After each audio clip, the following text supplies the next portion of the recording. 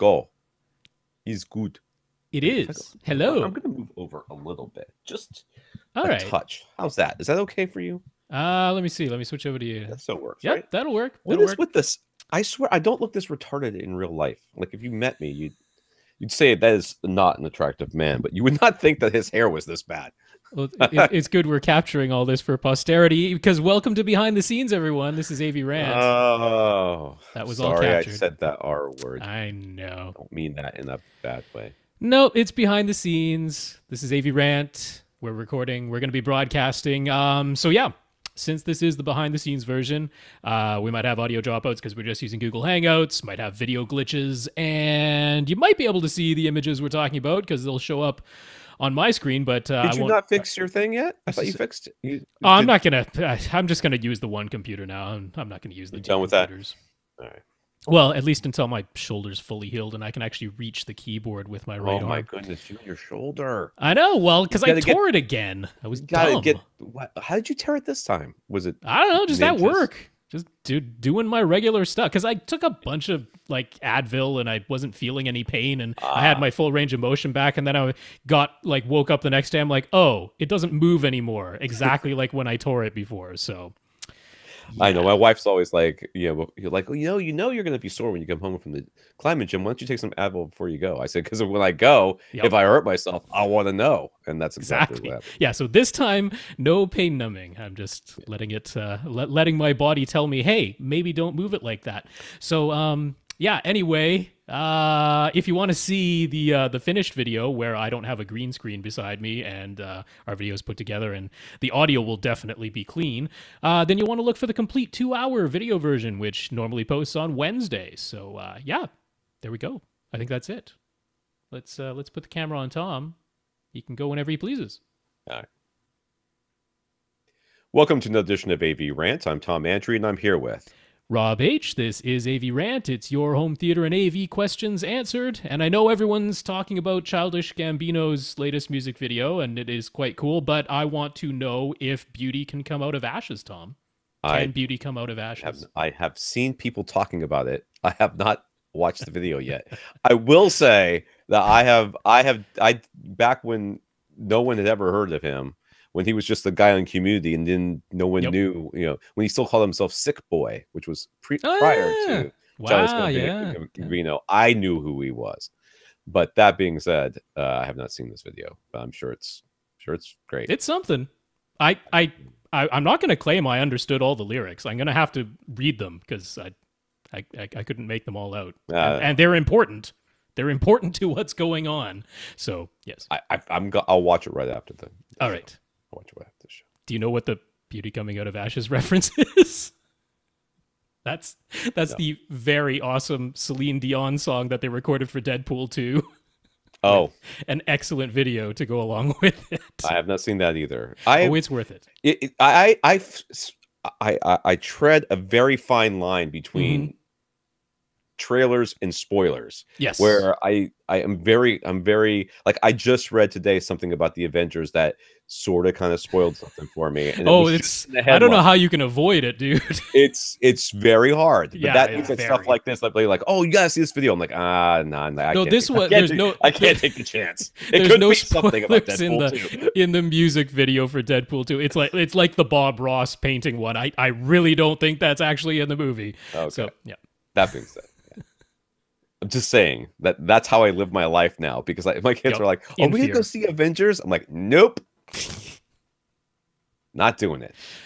All right. So, that being said, we did had movie night this weekend with my kids, and we watched Maleficent, which was fantastic. I love that movie.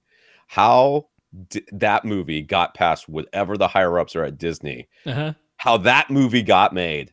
Didn't that kind of start the whole live action Disney remake thing off? It did, but how? Yeah. How did that movie get made? I mean, you look at it, it's like no trigger warnings, or maybe trigger, I don't know, but it's like a complete rape allegory. The whole thing is a metaphor for rape, and I'm like, this is amazing that they got this movie made. I'm so happy, but Disney made this movie. How They did Disney make this movie? they just straight up started remaking their cartoons after, so somebody clued in eventually, I Yeah, guess. Yeah. somebody over there is doing something right. That's all I gotta say. I'm glad they're doing it. I gotta believe that what's her name being the lead is like Angelina Jolie. Angelina Jolie was like, well, this is the movie she wants to make. Well, okay, I guess Yep. we have to make it. Yeah, that's what you mean. All right, Almost certainly. this is not talk about movies. Nope. This is AV Rant, the podcast that answers your home theater and AV questions. Get your questions answered. All you have to do is ask. You ask by emailing us at question@avrant.com. You go to www.avrant.com. You can leave us a comment there. Facebook.com/AVRant podcast. YouTube.com/AVRant. All of these things you can leave comments at. Only YouTube where you will get ignored. Every place else we will pay very close attention to you. If you would like to contact us directly, it's rob@avrant.com. His Twitter is @firstreflect. I'm Tom at avrant.com. My Twitter is @avrant_Tom. But just email question@avrant. That's really what you want to do. Question@avrant. That's where you want to send your communiques. Yes. Yeah. If you send it to just me, and I don't notice that you haven't sent it to question@avrant, then it will not get answered mostly because I will look at it and say, oh, I can't wait to answer this on the podcast, which will show up when Rob puts it onto the list. But that's won't happen. I would have no idea. You have no idea. Then somebody will be, you never answered my question. You were a bunch of liars. No, we're not. We just, you follow directions. Piece of news, personal news. We have my wife and I guess, have invested in a mobile climbing wall. And we are starting a new mobile climbing wall business here in St. Petersburg, Florida. So that's happening. I don't have the wall yet. I don't even have a name of the business yet. That was my number one to do today. And instead, what my number one to do was, I have a kid who's throwing up, so I'm going to deal with that nonsense. So then now tomorrow, my number one to do is to figure out a name for the business. And Tom's traveling vomitorium. No, well, yeah, I don't think that'll sell. Plus, it doesn't really convey that it is a mobile climbing wall. So that's an exciting new step in my life, and I'll be focusing more and more on that as time goes on, which it will actually open up more time for this podcast, I believe. In the end, I will have more time for this podcast. That's my theory. Best laid plans. Yes. So we're going to start our podcast as we always do, thanking our listeners of the week. To become a listener of the week, all you have to do is support the podcast in some way. One way you can do that is going to www.avrant.com and clicking on the Buy Us a Cup of Coffee link. This sends you to a PayPal donation site where you can use your PayPal account or a credit card, where PayPal will take all your digits and do whatever they do with them and then give us some of the money. So we want to thank Miguel and Chris for donating this last week. Thank you very much. Those monies will go into our coffers to help pay for all of our stuffs. Yeah, Miguel, Chris, thank you very much for those donations.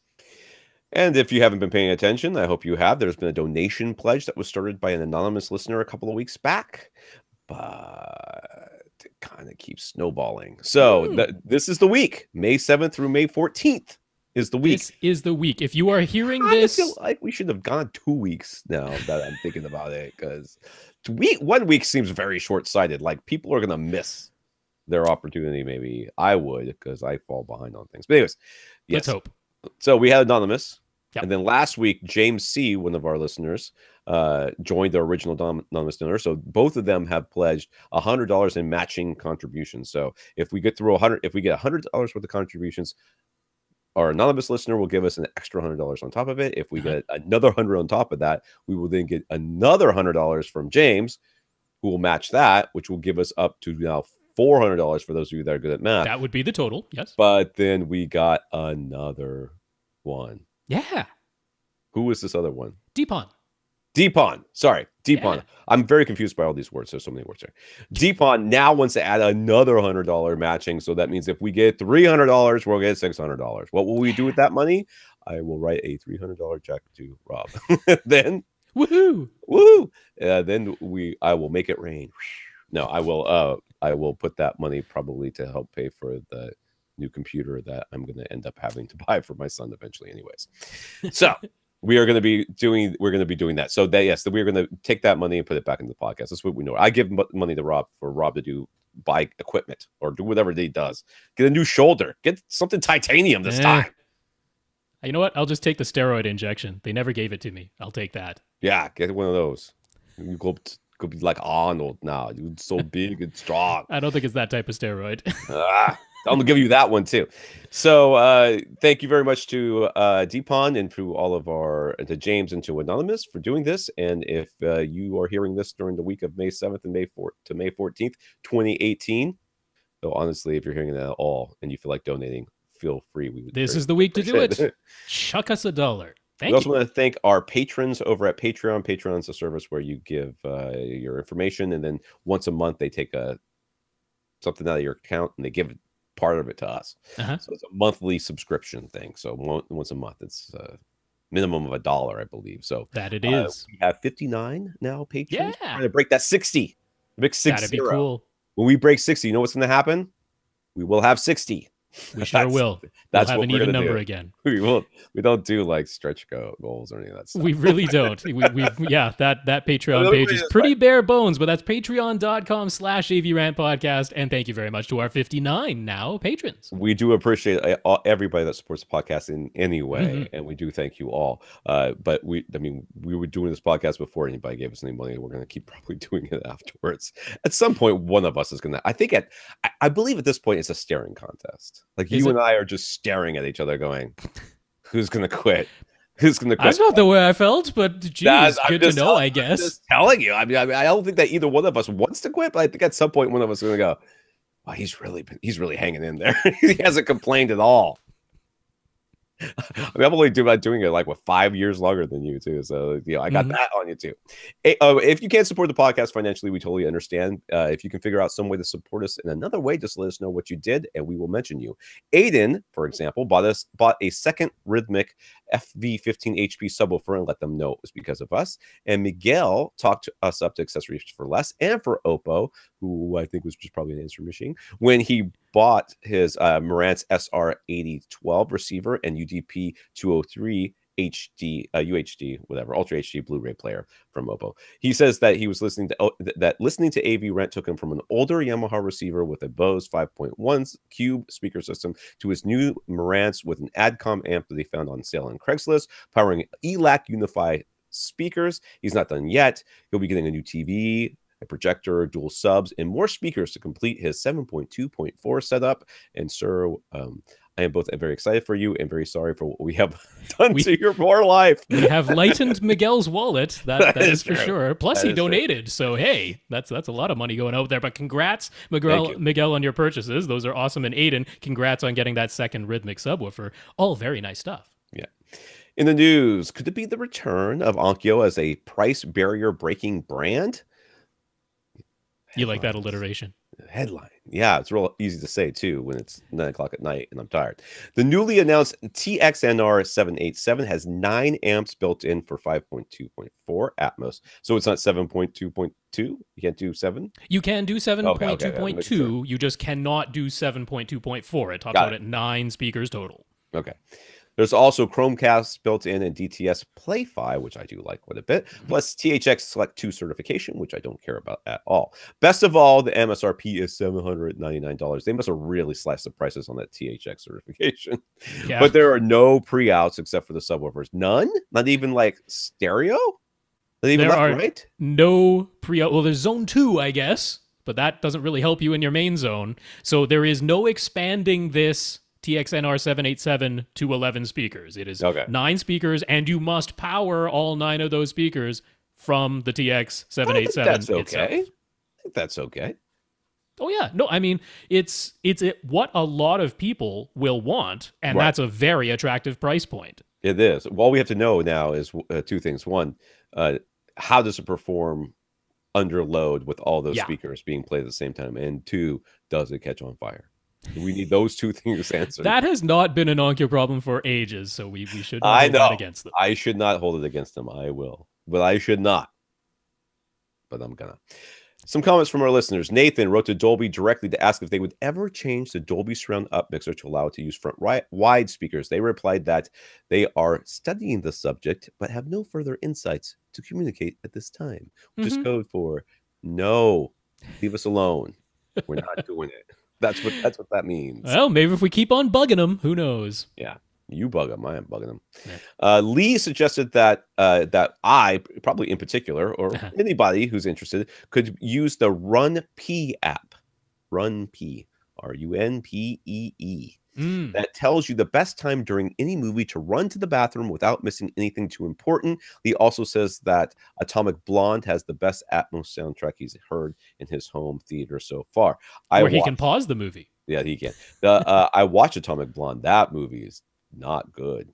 I wasn't a particularly big fan of it, but demo material, I can absolutely believe that. I saw it in the theater, haven't bothered to watch it at home. So where did I see this? I don't remember where I saw this. I think I streamed it off of something. Could be. But I did not pay for it. That is for sure. But I was like, wow, this movie's really kind of dumb. Like real dumb. Like it's stupid. But whatever. That's fine. It's got it good. But how does the Run P app tell you when to go? I think you just read it ahead of time. I didn't really look. I don't know. Because I mean, if I have to check my phone, then I'm just one of those guys. Yeah, well, I'm sure it can vibrate or something. I don't know. I haven't really looked into it. All right. Or you can do my solution, which is wait till it comes out in video. Robert just wanted to share his approval for the Vanatu Transparent 1 self-powered speakers. He's gone through quite a few computer speakers for his near-field listening setup. When he went from Bose Cubes to Audio Engine A2s, it really opened up his appreciation for good sound and gave him the upgrade bug big time. But when he replaced his A2s with the larger A5 Pluses, he was a little put off with their seemingly tipped up treble that couldn't be curtailed with EQs or settings. While he knows there are a lot of other variables in the audio setup, he thinks the Vanatu speakers are a real cut above. He prefers them to the Audio Engines. So for anyone looking for self-powered speakers, he definitely thinks they're worth the audition. I cannot see them in this picture. Are they the black boxes? They are the black boxes to either side of his monitor. Okay, I still cannot see them. I mean, I see that there's black spaces, but that's it. I did go to somebody's house this weekend. It was I was told it was a Cinco de Mayo party. Okay. But which I don't really care about. I don't celebrate Cinco de Mayo. I like margaritas any time of the year. It doesn't have to be on the 5th of May. But I was told it was not. It was a Cinco de Derby party, which was about the Kentucky Derby, and we were all supposed to wear hats, which I did not wear. Yes. No one in my family wore a hat, but they still served Mexican food, which was okay. But they had B&W little speakers, like they were. Oh yeah. But it was matched with an energy base cube thing. Okay. Next to a TV that was far too small, and the sound. I don't know what was going on. I don't think that the sound was going through. I hope the sound wasn't going through the B&Ws because it was atrocious. Like it was real bad. I was like, I can hear what is happening, and that is about it. That is all I can say about this. That it is conveying sound that is clearly related to the picture I am watching. But other than that, wow. I mean, it sounded like it was coming through cellophane. I mean, that's how bad it was. So I'm hoping the sound was coming from the TV. But anyways, I just remember staring at 30 people in a room staring at a TV that is like 32 inches across. I'm like, well, the Vanatu transparent ones that we were talking about, they're $500 a pair normally. Yeah. And you can find them at discount for $450 a pair. So they're in the same sort of price range as the Audio Engine A5s. But according to Robert, he likes them better. We had another listener who was talking about the Vanatus before, so it's not a brand that I'm familiar with personally, but I can believe that someone out there made some good self-powered speakers for $500. So give them a try. I used to like the Swans that I had a million years ago. Gene liked his enough that he actually hooked him up to his electronic drum set and was using them to recreate that. Which if you want something musical, what's more musical than electronic drums? I suppose. Theoretically, I guess any other instrument that actually makes notes would qualify. Let's get to the questions. Let's shall. Earl just received his dual SVS SB16 subs. There's a sealed box 16-inch driver subs from SVS. He'll be positioning them at the opposite ends of his room. What should he do in terms of power protection? He knows we've said just to plug subwoofers and high-end amplifiers straight into the wall, but he'd feel more comfortable if he had some sort of surge protection between these expensive subs and the outlet. For the sub at the front of the room, he already has a Monster Power, don't use that, conditioner for the rest of his equipment, but he doubts it's the best idea to plug the subwoofer into that. That is true. You are correct. So he's willing to buy 2 separate surge protectors. He just doesn't want to overspend, but he also doesn't want anything that will choke the electrical current. So what do we recommend?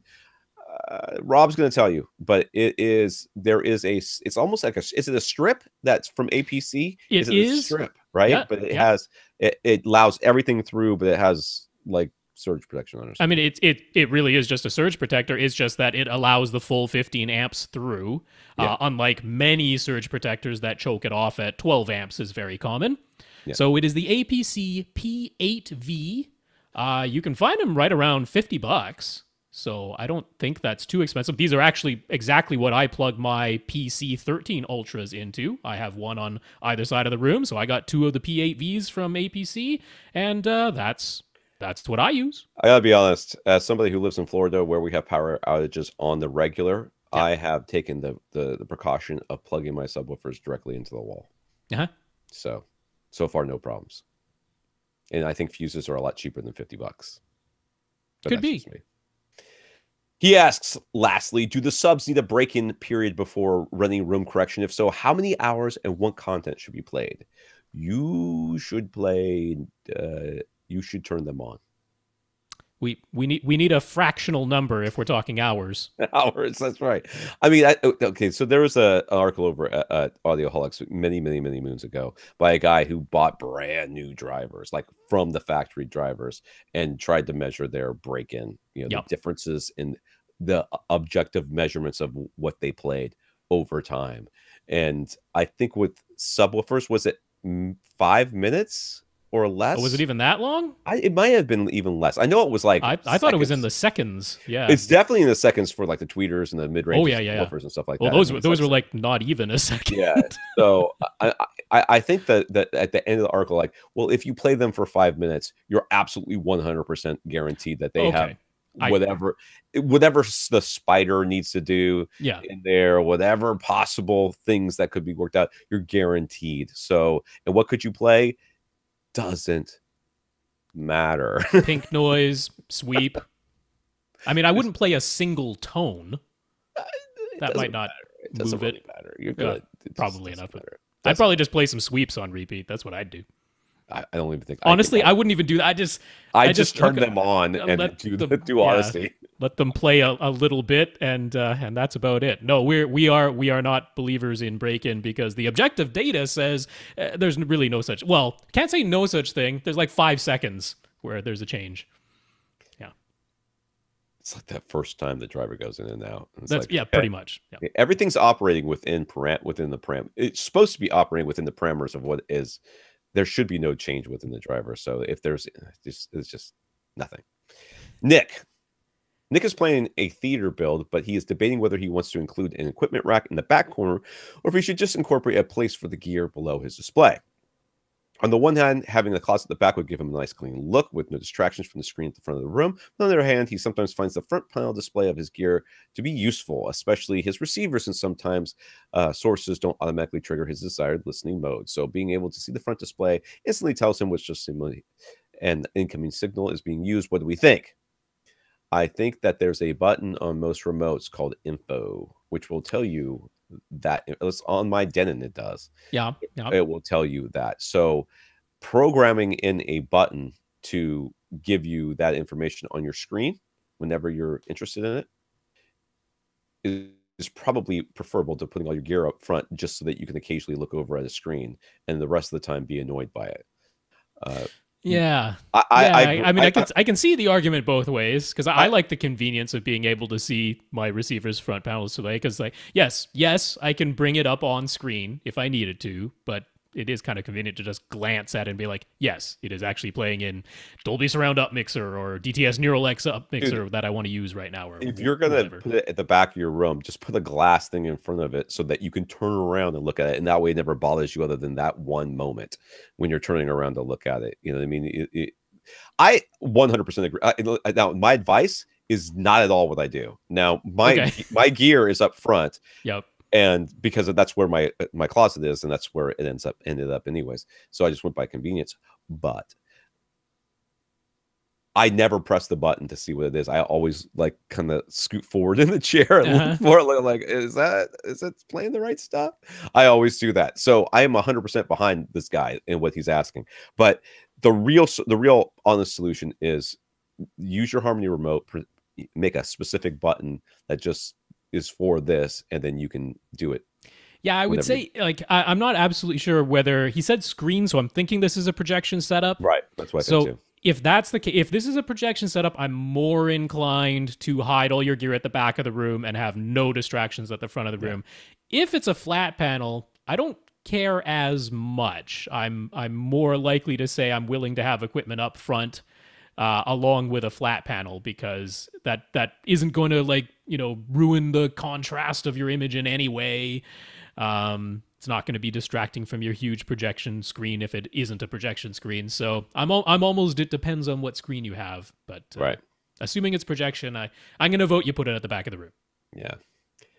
If he wants a nice clean look, he should put it at the back of the room and just have the button. I mean, that's what it comes down to. Yeah. But I'm not a practice what you preach kind of guy in this situation. Mark is trying to sort through some confusion about HDR and projectors and using the Opus player's HDR to SDR conversion options with its target luminance slider. I already don't understand anything we're talking about, but let's go. His projector is calibrated for about 50 nits, 15-foot lamberts, for peak white for SDR content. Okay, so he's calibrated for SDR for 50 nits. This is the standard as far as he knows, but SDR is mastered for 100 nits on flat panels, correct? Yes, that is correct. So the standard is to render 100 nit content at 50 nits for projectors. Does he have that correct? Yes, you do. That is correct. Yeah. Yep. So in a full-size movie theater, they're aiming for between 14 and 16 foot lamberts, which translates to around 50 nits, 40 to 60 nits or so. So yeah, that is the target. And SDR content is mastered to 100 nits. So you got a signal that contains information up to 100 nits being fit within 50 nits as the max for the projector. But there is a little bit more to that, which is that it's all on a gamma curve. Right. So the gamma curve is not an absolute value curve. Mm-hmm. It is not this signal level means exactly this many nits. Instead, it is a floating curve that can be adjusted up and down depending on the capabilities of the display. So if your display can't show true black, you can move the entire curve up along that gamma curve, or you can shrink the content to fit within the capabilities of your display as long as it stays on that gamma curve. So that is a very distinct difference between SDR and HDR. In HDR, the values are exact. This signal means exactly this many nits. In HDR, it's different in SDR. So that's a little preamble. All right. The question continues. Mm-hmm. Then with HDR, to his understanding, the first 50% of the signal is for 0 to 100 nits, and that should pretty much look the same as SDR, right? It's only the spectacular highlights and small, very bright images. Specular. Spectacular? Oh, whatever. Specular. They could be spectacular. Specular. Who uses the word specular? HDR people. And small, very bright images on the screen that use the extra data above 100 nits in HDR. Is this correct? Yes. Yeah, that is all exactly spot on. So you have now a 10-bit signal, which means you have 1024 possible values. Some of the bottom of that is taken off and thrown away for video black, and some of the very top is taken off and thrown away for above white.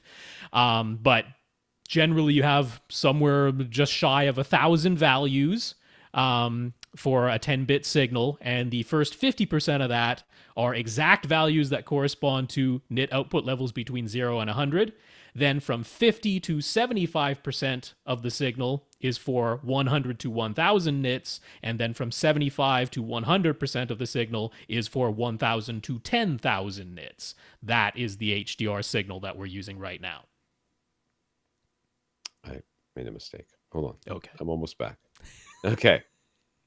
So why then, when using Oppo's HDR to SDR conversion, would we suggest setting the target luminance below 100 nits? HDR content already calls for 100 nits sometimes, and this projector renders them just fine at 50 nits.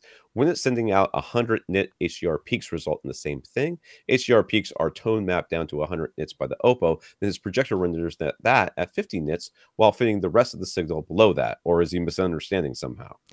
I don't understand any of that. So, yeah. So he's saying, okay, if we tell the Oppo that the brightest you should get is 100 nits max, right. Right. Isn't that the same as the original SDR signal, which could potentially be 100 nits max? Yeah. So he's that like, makes sense. shouldn't That makes that be the sense. target? Ah, but remember, the SDR is on a floating curve. The Right. HDR is not. So if you tell the Oppo that my target luminance for maximum light output is 100 nits, it's going to send out a signal that expects 100 nits, not 50, 100. Right. It is this signal means exactly this many nits. So you have to tell the Oppo your target luminance, the actual nits that your projector can show peak. And if what it can show peak is 50, you need to set the target luminance to 50 because the signal needs to say, give me 50 nits. Right. If not, you're going to blow out all your whites then, right? Yeah, it would clip off. It would clip off the white detail above. So really what it comes down to is SDR is this gamma curve that can float. It's not exact values. HDR are exact values. So the number is the number. So if you can figure out the peak light output of your projector and screen combination within your room, and many times there actually is a little bit more light available above what comes out for peak SDR, that even with the same lamp settings and everything, you can actually eke out a little bit more. So that's why I suggest if you've calibrated your projector for SDR and you're getting a nice SDR image that you really like, try 50, 75, and 100 on the target luminance slider, because there might be some extra light available when you go into HDR mode, even without changing the lamp mode. Very often on projectors that have been properly calibrated for SDR, the 75 nit setting on the Oppo ends up looking the best because there's a little bit more light above 15-foot Lamberts, above 50 nits, but not all the way up to 30-foot Lamberts, all the way up to 100 nits. It's not quite there. So 75 is often what looks best. So he's read that HDR can have greater detail in the shadows. How? Again, isn't the first 100 nits in the signal pretty much the same as SDR, and then it's just extra highlights above that? How would that have any bearing on the shadow detail? Well, it sounds to me like, when we're looking at these absolute values that you're getting from HDR, I mean, you have more steps than you would have with an SDR signal, which gives you the ability to have greater variation and gradations between the different colors. So you should be able to have more color variance between all the colors, not just the shadow detail, but all the color detail. Yeah, that is definitely true because, like I say, you got this 10-bit signal. You have 1,024 steps to work with. In SDR, you have an 8-bit signal. You have 256 steps to work with. Plus, the color gamut is bigger. So there's just physically more colors in HDR than there are in SDR. That is also true. So yeah, so even though we're talking only half of the HDR signal is used for 0 to 100, that's still 512 values instead of 256. So you have more values, you can get finer gradation, which is necessary because we've increased the color gamut. But there's more to it as well, because when we're talking about this HDR stuff, it's kind of funny. If we get to the question later, there's another HDR versus SDR question. And honestly, I'm like, it shouldn't be this complicated. Like all the stuff I just explained about, nits and exact values and all, like how is a regular person supposed to comprehend any of that? They want a one-sentence explanation. What is HDR video? And unfortunately, the thing that most people have glommed onto is it's brighter. Yeah. But that isn't really true. No. It's not that the overall image looks any brighter at all. In fact, it very often looks dimmer because it's these absolute values, and most people have set their SDR to be brighter than 100 nits and floated everything on that gamma curve upward. So when they go over to HDR mode, everything actually looks dimmer. That's very often what happens. But the reason that most of the time you're hearing this description of HDR has greater detail in the shadows, that's actually going all the way back to the camera stage of things. Because when you're recording HDR, you have many more f-stops on an HDR camera to work with. You can capture shadow detail and bright highlights at the same time. It's like having a greater range of exposure in the camera. So SDR, if you properly exposed a bright image, your shadows would just become all black, right? You'd crush everything in the near black area just down to black so that you can have proper exposure for the bright thing that you're looking at. But in HDR, with this huge range of f-stops in the camera, you can have that highlight detail at the very same time as retaining the shadow detail. So that's what we're talking about, where HDR can show greater detail in the shadows, is you can have a bright thing on the screen at the same time as the shadow detail. You don't have to sacrifice one for the other. That's right. That's everything for him, right? Yeah. It is. Infinite Gary. Gary says there are a small number of discs, notably the Star Wars Saga on Blu-ray, in particular, that have 6.1 soundtracks rather than 5.1 or 7.1. Mm-hmm. If Gary wants to hear 6.1 exactly how it was intended, should he disconnect one of his surround back speakers and move that single speaker, surround back speaker, to the middle, directly behind his seat? No, don't do that. The two speakers that are back there are going to both get the same thing, which will create a perfect phantom center, of which we have spoken with. So just sit between the two and you'll be fine, which you are already doing. So it'll be fine. He for sure is. Yeah. Yeah, you can definitely still have 7 speakers set up. The 2 at the back will be playing in mono. Now, I don't entirely disagree with THX's suggestion of placement, which was to have the 2 surround back speakers closer together. Which is exactly how mine are placed because of the limitation of the door to my bathroom. Yeah, because it was the Star Wars movies in particular, they were THX surround. They were that 6.1 Dolby EX THX surround. That was the format. A long time ago, dude. It is, yeah. It's going back a ways, but that was the soundtrack. So the THX speaker setup for 7 speakers would theoretically be the ideal. That's what it was engineered for. So they were using 7 speakers, 2 surround backs, but they had them positioned closer together. And if you think about a movie theater, Gary, movie theaters have speakers all along the back walls, and they're all playing mono anyways in this exact same situation. So you're just being more like an actual movie theater. So hopefully that assuages your mind for a second there. Secondly, and lastly, he asks, tweeter breakup mode. What is it? How important is it? Revel mentions that their Beryllium tweeter in their new Performa EE series has a breakup mode above 40 kilohertz. What are the tweeter breakup modes of some of the speakers we recommend all the time? Aperion, RBH, Ascend, all those. Is it just higher is better? The idea with tweeter breakup is talking about it. First of all, if you talk about it being at 40 kilohertz, no one, only people who find that important are people who have no idea what tweeter breakouts are or why it's important. The idea here, it just has to be above 20 kilohertz. Yeah. Above 20 kilohertz means you can't hear it. It's not, in fact, not only that, there shouldn't be any content on the disc, really. But the high-res audio can contain it because it's sampling it well above 48 kilohertz. So you still can't hear it. So let it break up all at once up there. As long as it's not creating any noise or harmonics back down into the hearing range. In the audible range, right? Audible range. You don't have to worry about it. 20 kilohertz, above 20 kilohertz is all that matters. They could say 100 kilohertz. I'd be like, yeah, it still doesn't matter. Where's its low breakup point then? You know what I mean? Is it break up if it's breaking up at 40 kilohertz up high? Where's the low break? Where you have to cross this thing over? For a speaker designer, knowing the low breakup point for the tweeter is actually much more important than the high breakup. Well, for a tweeter, for a tweeter, for a mid range, you have to go both. That's right, because you're trying to cross them over into both the tweeter and to the woofer, or whatever's below there. That is true. Yeah. But what is it, Tom? What is a breakup mode? Oh, it's when the material that's creating the sound, whatever that might be. This time it's beryllium. Might be woven. What do they call it? Woven fiber instead of aramid Kevlar. Fiber. Yeah, they call the generic name for Kevlar. Sure. Could be aluminum. Could be paper. Could be titanium. Titanium. Could be silk. Silk domes. Yeah. Could lots of things. Could be a very thin membrane. Mylar. That's held into an electromagnetic field that vibrates back and forth.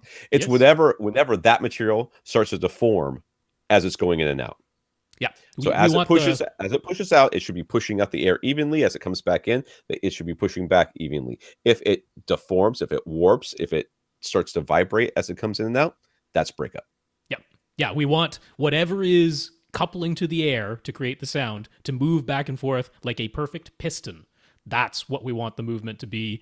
Once that thing starts to deform within itself, that is the breakup. That's bad. That's right. And that's like, to get into the kind of behind baseball of speaker design. That's the whole idea of crossovers. Why do we cross over a tweeter into a mid range instead of having a single full range driver? Because a single full range driver will break up at some point, or and if you're trying to do all the frequency, it'll break up at many points throughout the frequency. It might be okay from one point to one point, then it starts to break up, and then it's okay again for a bit, and it breaks up again. As it's trying, as it hits some resonances and other things. So that's exactly why we have multiple drivers within the box. It's because we are trying to avoid these breakup modes, these areas where the driver breaks up. We should say, to be fair, it can be related to how much you're asking the thing to move. Because a great example of a single full range driver that works really well is a headphone. Sure. And it doesn't have to move very much because it's awfully close to your ear. Most headphones are single full range drivers, and they work all right without breaking up, but that's because they're moving very, very little. So if you're trying to fill an entire room with sound, this is going to be a challenge. It's the same thing as subwoofer, too. We've talked about that many times, where a subwoofer is not big enough for your room. Why do we care about that? Well, other than physically breaking the subwoofer, it's going to start distorting. Yep. And that distortion comes from breakup. It's going to wobble somewhere. So yeah, the other speakers that we tend to talk about, so you can't exactly just go by their rated frequency response, because that tends to be frequency response, which means it could potentially play much higher. It's just that it's getting quieter and quieter as it does, and they're listing the -3 decibel point or something like that. But in general, it's not going to be like a full octave above that rated frequency. Usually the reason it's starting to get quieter is because it's getting towards its stress point where it's going to start to wobble within itself. So we can't say just look at the frequency response at the high figure on there and that is the breakup point. It's going to be somewhere above that, but you're within the ballpark a little bit more. It's a clue. Whatever the rate of frequency response. So most of the ones that we're looking at, they're rated at like 22 kilohertz, -3 dB, something around there, which means they're probably starting to break up in the 25, 27 kilohertz range is what I would suspect. So being rated up to 40 kilohertz, I mean, I don't doubt it. Revel knows how to measure speakers really, really well, and beryllium is a fantastically stiff and lightweight material that could be vibrated really, really quickly without deforming. So I don't doubt that figure. It's not really important. The only people who care are the ones who have bought into the high-res audio, I want 96 kilohertz or 192 kilohertz or 384 kilohertz sampling, because I think that I can hear what dolphins hear, but you can't. You're a human, and you can't. Maybe they really are dolphins. Have you ever thought of that? They could actually be dolphins. I'm trying to talk to bats. You're like, I don't understand. Every time I listen to my music at home during this one section where it's nice and quiet, like animals in my neighborhood go absolutely ballistic. The dogs start howling. The bats are screeching and coming out of the trees. The manatees are beaching themselves. I don't think manatees can hear. I don't know if I think manatees can hear subsonic. I have no idea what manatees they are. Whales can hear subsonic. They are a weird looking animal, dude. I've seen them. They are just bizarre. Sea cows. Don't touch them. You get in big trouble in Florida. They do not play around with manatees. You touch a manatee and like everybody's on their cell phone. You could see what this person from New York's doing. Come down here. Alvin wants to do the opposite of our usual goals with dual subwoofer placement. He wants to create an intentional, uneven bass from seat to seat so that his seat gets good bass, but his wife's seat gets less bass. I can see how this could be the case. I can see how it could be too, to be honest with you. His room is 12 by 15 by 8, but there's an opening to the right that leads to his kitchen. Pretty much all of his back wall is taken up with bookcases. There's a sliding glass door at the front left wall, and his sofa is about 5 feet from the back wall and is pushed over against the left wall. Let me see this again. 12 by 15 by 8, opening on the right that leads to the kitchen. Yep. Back wall is bookcases, sliding door in the front left wall, and his couch is on the left wall, but 5 feet into the room from the back. Yep. So given the restrictions of his setup, he put one of his subs in the front. He's got two subs. One of his subs in the front right corner. His other sub as close to the rear left corner as he could, given the bookcase behind it. His rear left sub is directly behind his leftmost seat, and that is where his wife likes to sit. Yep. Therein lies your problem. Alvin says that even though he has that opening to his kitchen, he's getting pretty close to uniform base across the sofa with his positioning, but it's too tactile and loud for his wife. So what's the solution? Is there an alternative placement or something that he could do with the settings on the subwoofers? One being a Paradigm PS1000, the other being a Polk PSW1000.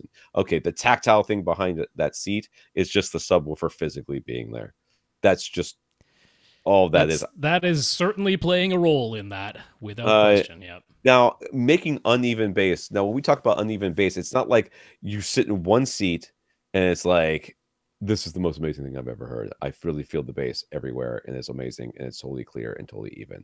And then you scoot over a seat, you're like, there is no bass in this movie whatsoever. Nothing. What we're talking about uneven is that second seat might have big nulls in it where they're not hearing nearly as much at certain frequencies, but they might also have huge peaks at different frequencies. Yep. So by making uneven bass, you may actually make it 10 times worse during certain parts of certain movies. Yeah, when we're talking non-uniform, we're saying that there are ups and downs in every seat. Normally what we're trying to do is get the same ups and downs across different frequencies in all three seats. Then we can equalize it, and all three seats will experience the same equalization. Right. It's not that across all frequencies, one seat is loud and one seat is quiet. It's just going to be what would end up happening is you would have different ups and downs from seat to seat, which means when you go to equalize the money seat, you could make the other seat way worse. Right. So yeah, that's not the solution or the goal. So what can he do? This is a challenge. This is a challenge. The solution, well, first, test number one is to move your wife to the other end of the couch. Just say, honey, try to sit over here and see if you like it better. Yeah. You don't have to stay there, my love. And here's some popcorn and also some licorice for you to enjoy at this other seat that you can enjoy. And if she sits over there and goes, it's way better over here, then you know it's just a physical proximity to the subwoofer. Yeah. Yeah. But I have a feeling that's not going to be it. Because the issue is he's like, I got pretty good uniform bass, and normally that's like, yay, you got uniform bass. And I mean, you can turn all of it down, but then you don't get the experience that you want, but you get a happier wife. So that is something. I mean, you might just be in a LFC situation here, you know, turning on the low frequency containment, the low frequency containment where it chops off the bottom end of the bass. the fancy name for we turn down the bass. Yeah, I think that might be where you live right now, and you just when your wife's not around or goes to bed or something, you can turn this on full blast. Yeah, because I mean, he's not even saying that, because actually this will be another question coming up later. He's not even saying that, like, we really notice the sub that's behind us and not the one that's in front of us, because if that were the case, it could be just a matter of level matching, which is you turn down the subwoofer that's behind you, but he's not describing that. Nope. He's just like, I've got bass that I really like. It's just that the same bass in the seat next to me, the person next to me doesn't like that. Yeah. So one of you, it's time to change the hearts and minds, son. It's a media blitz. It's a campaign of bass. You have to campaign for the bass. You have to sell it. You have to go to the movie theater and say, you feel this? This is what we got at home. A good deal is when both parties come away not entirely happy. So maybe you turn it down a little bit. I would turn it down a little bit. It's still a bit louder than I would like, and you're like, it's still quieter than I would like. But neither of you is happy, but neither of you is mad. Maybe that we don't have a better solution, Alvin. I'm sorry, dude. I can't fix this. Yeah. There is no cone of silence. I like the bass, and my wife doesn't like the bass, and we're both hearing the same thing. That's right, because it sounds like you got good bass, and your wife's just like, ooh, bass. I don't like bass. I don't like it. It's like my wife and bacon. Yeah. My wife loves bacon. She flat out refuses to eat bacon in any form other than just as bacon. Like, she Okay. does not want to take bacon and put it on a hamburger. She just wants a piece of bacon. You give her the bacon, she eats the bacon. But she don't want to put the bacon on stuff. I find that extremely bizarre. But that's her. That's the way she is.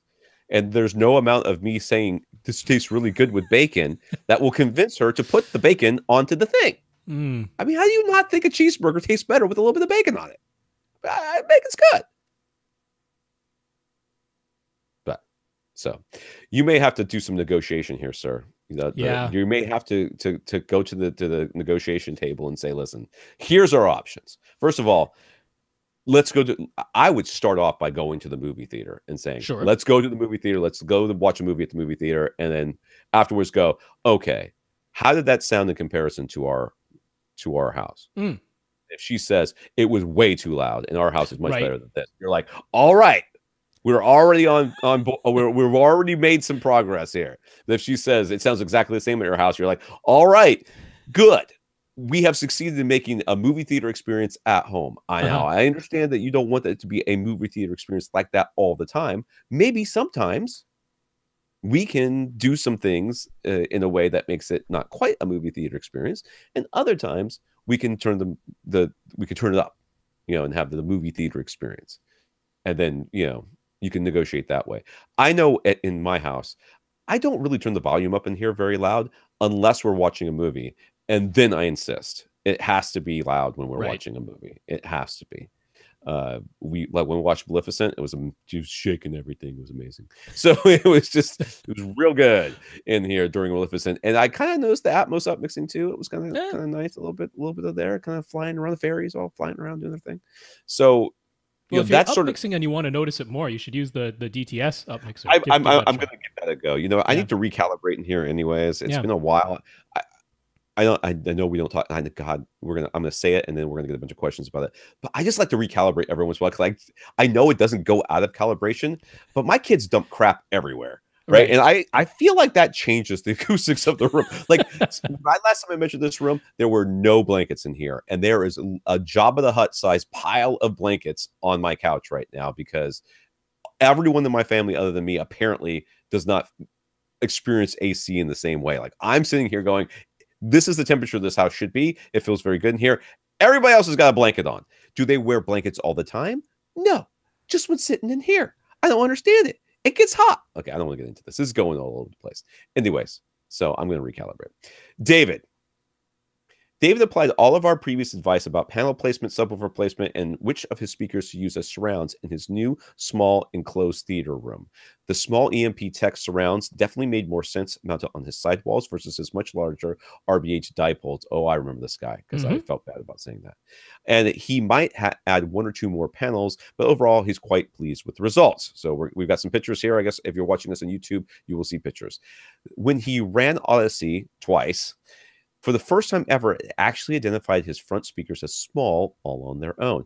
It gave them a 40 hertz crossover, but it always identified them as large in his previous room. He finds that curious. So we're looking at some pictures here. We see his front speakers up front, which are those on stands? Those are bookshelves. They are on stands. Yep, those are on stands. I cannot see anything on my computer. What is the deal with my brightness on my computer? I don't know, but those are the RBH tweeter woofer designs, left, center, right. Designs, nice speakers. Yes, very nice speakers. And then he's got the little ones around in the surrounds duty. EMP Techs working as his surround speakers mounted on the wall. Looks very good. Yeah. He also experienced fully pressurized bass for the first time. It was a literal take your breath away sort of feeling, and he loved how much each gunshot in John Wick 2 sounded and felt distinctively different. Yeah. But that brings us to his bass problem. One of his dual SBS PB1000 subs in the rear left corner, he can definitely localize it and tell that the bass is coming from his left and behind him.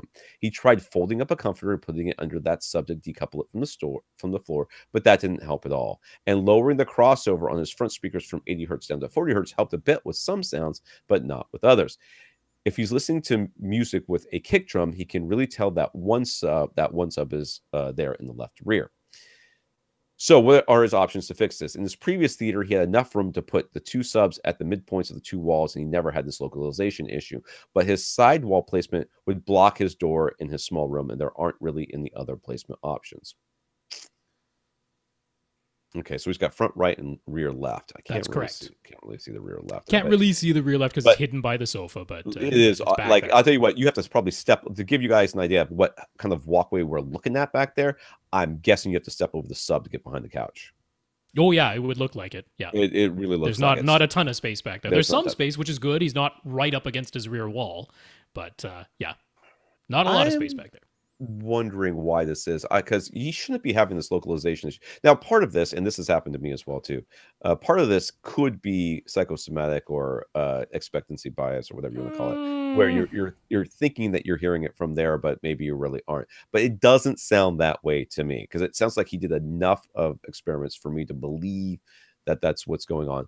I mean, he ran Odyssey twice. So I gotta believe he's got the calibration that the.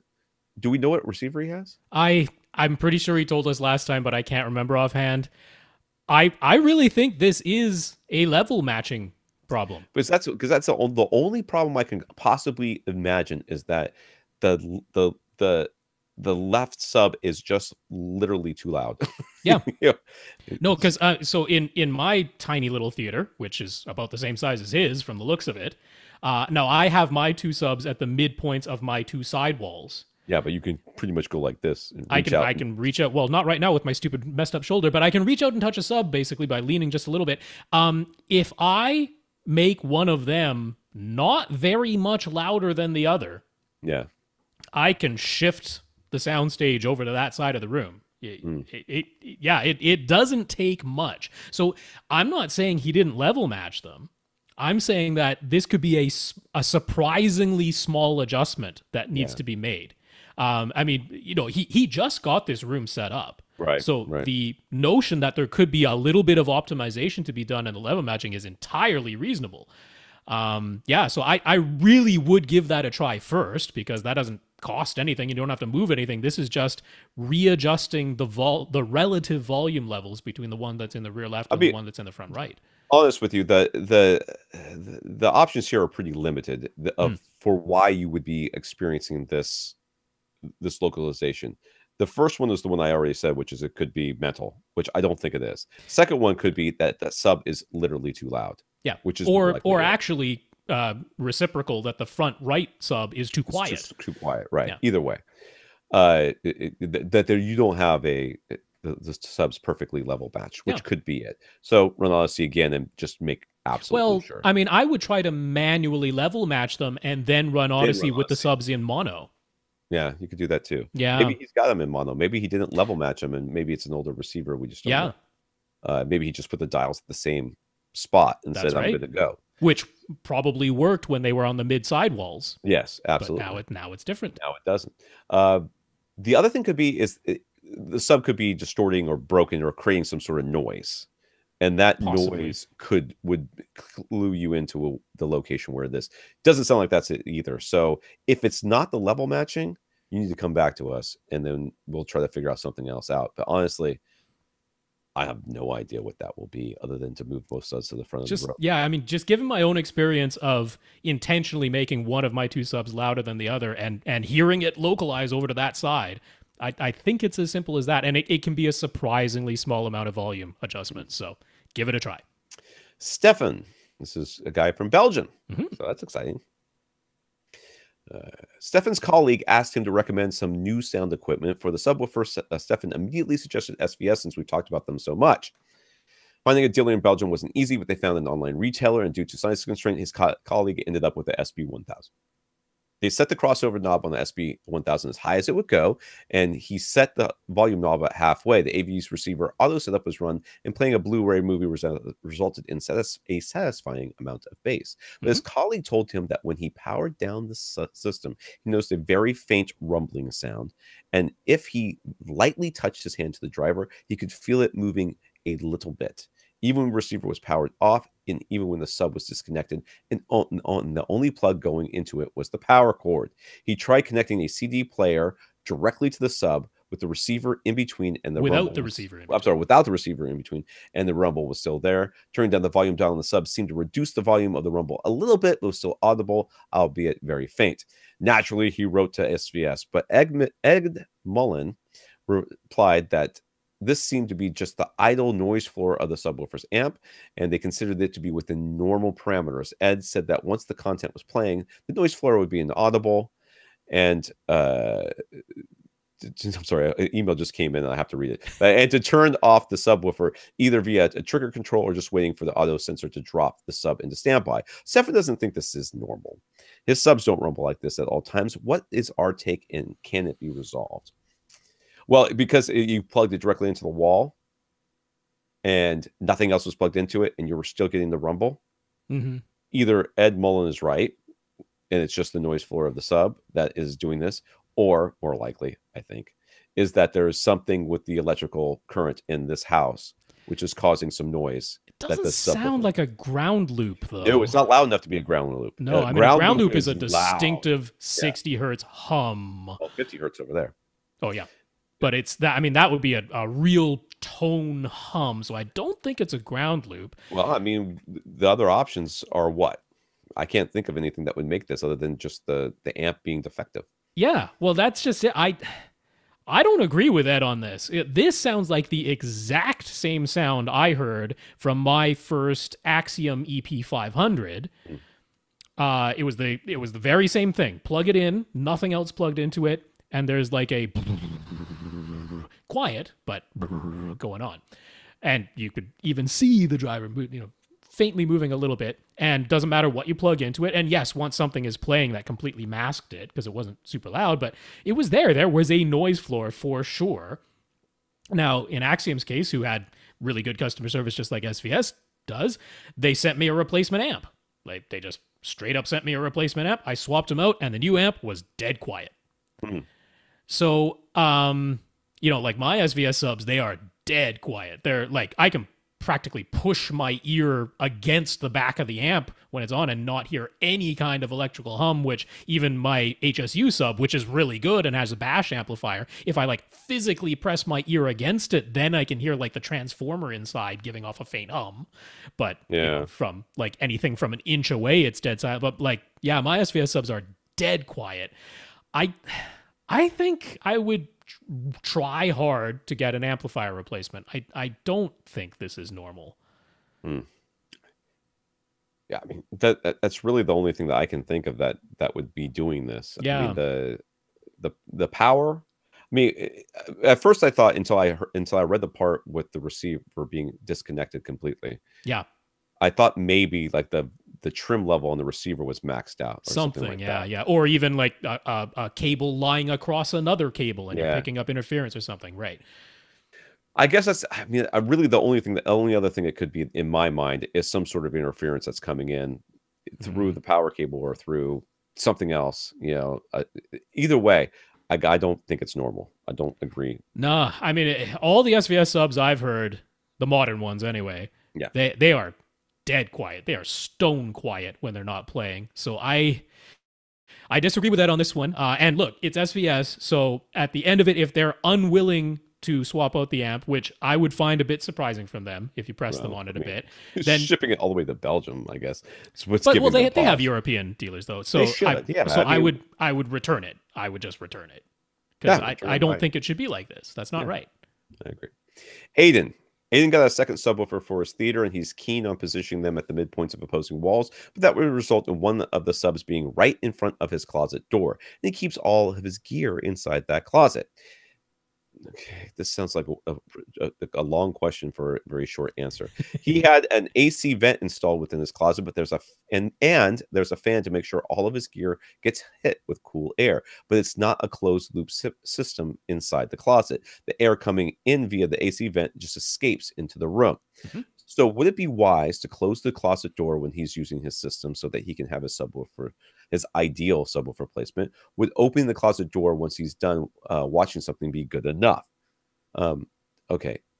don't have them right in the smack dab midpoint of the wall. Offset them a little bit. Offset one a little bit towards the front of the room and offset the other one exactly the same amount towards the back of the room. Yep. Whichever way works to make this door situation work out is what you need to do. Well, I'm trying to figure out, like, if he did, like, so is he going to close the door, move the sub into position? Yeah. That's what he's going to do. That's what it says. That's what he's going to do. Move the sub out of position to open up the closet door. Man. Yeah, so whatever direction you would move it to get it out of the way for where you were going to open the door anyway, leave it there. Put it there, yes. Leave it there, and then on the other side of the room, move the sub. So if you moved it forward to get it out of the way of the closet door, move the sub on the other side of the room back. Yeah. The same amount. Yeah. When we say the sub should be on opposing walls or in diagonally opposite corners, do the subs need to be right up against the walls, or is it okay for them to be several inches away from the wall? They should be mirrored. So if your front sub is, let's just say you have a sub in your front right corner and your back left corner. Okay, sure. Your rear left corner. If your front sub is a foot off the wall, off the front of the room, and 6 inches off the side wall, then make your back sub a foot off the back wall and 6 inches into the room from the side wall. Yeah. Mirrored. They definitely don't have to be like pressed right up against the wall. No. Just have them be about the same. And you know what? If it's 4 inches instead of 6 inches, that's okay too. Okay, it's gonna be fine. Very much. He has a different room, a living room that's about 6,400 cubic feet, and he'd like to get a pair of subwoofers for that room too. What would be up to the task? This will mostly be for music and TV shows, and he's partial to cylinder subs, although he'd appreciate alternatives to HSU, rhythmic power, sound, audio, etc. recommendations as well. Okay, 64. Do you really want to pressurize this room? I know, right? Actually pressurizing, which you can do, but wow, is that loud? That's going to be real super duper loud, dude. And unless it's a rectangular living room that's not open to anything else, right. Placement again is going to be an issue. So if I were you, I'd buy whatever sub you wanted. Basically, you want cylinders, buy a cylinder, buy two, have them flank your couch, and then you're kind of done at that point. You know what I mean? Because I don't really think you want to pressurize this room. This would be the amount of time you would spend securing all your dishes to every available surface. Oh my god!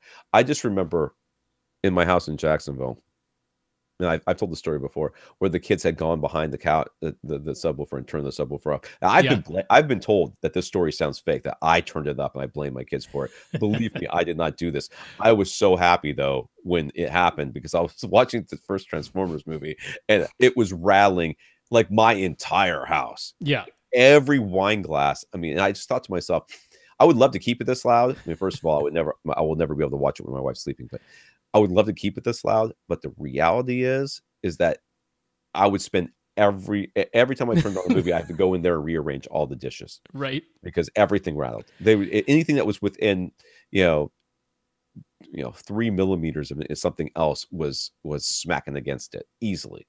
Yeah. So well, also he's not going for movies in this room so much. Yeah. Now, look, I mean, hey, if you're listening to some pounding music, you might want that pressurization to really feel that kick drum and the bass synth and stuff like that. That could be the case. Right. But so, I mean, if you were going for a cylinder and you really wanted to handle this room size, I would point you to the Plus, the PC12 Plus. Yeah. I mean, for most people, the 2000 is probably going to be okay, but it will max out in this room size before you fully pressurize it. That's true. So yeah. I could point you to the Plus. That would be up to the task of this room size. If you want the HSU alternatives, would you go for the full VTF 15H? You could probably go down to the VTF 3 in the HSU lineup. Because I mean, the VTF 3 is the same driver and amp, just in a slightly smaller cabinet. Yeah. So yeah, the VTF 3, I think, from HSU in rhythmic, I wouldn't go for the full FV15 HP. I'd go for like the FVX15 in their lineup. Power sound, well, they only start with a 15-inch, so go for the entry level vented 15-inch from Power Sound, which is still $1,000 sub. Right. Yeah, so those would be the alternatives. Those are all 120 pounds or something. Big boxes. Those are big boxes. So I'd like a cylinder too. I missed I mean, for a while there, we had a couple of, fly by night. We didn't know they were fly by night at the time. Subwoofer manufacturers that were making like subwoofer cabinets. And I was really liking that design. It's like a cylinder, but Oh, like Elemental Designs. Elementals was doing Sure. it for a long time. Of course, we all know what happened with them. But uh, I did like that, and I still feel like that should be a viable Well, design. Rhythmic has that one that is like genuinely refrigerator sized. It's one, and it's a Yeah. The whole point of this is that you don't have to make it this big. Power Sound has that quadruple. Is it quadruple 18s or it's at least quadruple 15s drivers in a gigantic cabinet? Jeff has a projector ceiling mount, and he ran conduit from his equipment closet to that ceiling mount location so that he could install an HDMI cable after construction was complete. He also had a power outlet installed in the ceiling near the mount, but he didn't think about battery backup beforehand. Is there a very compact battery backup solution that he could plug into that ceiling outlet to protect the projector? There is a small APC unit, right? That's There like a itty box thing. It's like not too big. Yeah, it's a lithium ion battery. It's their UPS Pro 500 lithium ion. Now it does have 4 outlets, so 2 of them are surge only, and 2 of them are the battery backup. Just make sure you plug it into the right one. That's all. Yep. So I mean, it's about the size of a router, I'd say, or maybe a cable modem. It's about that size. So it's not exactly like it's going to just plug into the outlet and hang from the outlet just by the friction of the plug or something. You would have to secure it to the ceiling somewhat. But it's certainly something that could be reasonably secured to the ceiling close to the projector. The issue is it's how much is it, like $300 or so? So it's not exactly inexpensive. Just for the one device is what you're protecting there. It's too bad that you didn't have the wire run directly back to his equipment cabinet. Yeah. So I mean, I know you can find it for less than the full retail price, but it is, the MSRP is $300 on that lithium ion one. But just answering the question directly, that would be the solution I would point you toward. Oh, okay. Once you're done. Yeah. He has an APC J25B in his equipment closet for the rest of his gear. Could he run an extension cord and his HDMI cable in the conduit? Would the power cord cause signal interference in the HDMI cable? Well, what it would cause is if your house burnt down, you're not going to get no money because you put an extension cord and conduit through your wall. Yeah, that's not up to code. That's not going to be up to code. That's what's really going. That's really why we're going to tell you no. Yeah, don't do this. Flat out don't do it. Is it physically possible for you to do it? Yes. It is absolutely not something you should do. I don't even know if it is physically possible because it depends on the diameter of the conduit, whether the plug would even fit through the thing. Well, let's just pretend that he's got like a big old 4-inch conduit. But no, don't do this. No, against code. Bad. Would it cause signal interference with the HDMI cable to run the HDMI and the power cable right next to each other? I mean, theoretically, yes, but depends on which HDMI cable you buy. If you went fiber optic, it wouldn't, because fiber optic has no electrical signal going through. It's just a light pulse. So. But if it's got good enough shielding, it shouldn't either. So what HDMI cable spec should be looking for? There are an overwhelming amount of numbers, labels, and alphabet soup. 18.2 gigabits per second. Yeah, just 18.0. Yeah. So I mean, if you're going for a standard copper, so meaning this run is 25 feet or shorter, which it might be, I don't know. If it's 25 feet or shorter, you would look for an HDMI high-speed premium. That would be the official label, and that will say that it passes 18 gigabits per second. If it's between 25 and 50 feet, you're probably going to want to go for an active HDMI cable. Those don't get to put the HDMI high-speed premium logo on there because it's not like an official thing that HDMI LLC does. So you're looking for 18 gigabits per second bandwidth. That's what you're looking for. And if it's longer than 50 feet, you want to go to fiber optic HDMI. And again, you're looking for 18 gigabits bandwidth. That's 18 gigabits per second bandwidth. Yeah. Lastly, he says, is this a lesson that you should always run 2 conduits, perhaps? And the answer to that is no. This is a lesson that when we pay a professional to come install our home theaters, this is the stuff they know that we don't. Is about these sorts of things, and $300, or let's say you can get it for $250 for this thing, this the battery backup, yeah. is probably more expensive than it will cost to have somebody come in, depending on the room that you're in. Right. If you have attic access above this room, it is not a big deal to run a Romex to you could actually run it to the exact same box that the other one that's in, that the power is in, or actually that's what you should do, is run it to the exact same box that the power is in, and then run it on that cable back down to where your other equipment is near your existing J25, and just have a male inlet instead of a female outlet attached to that.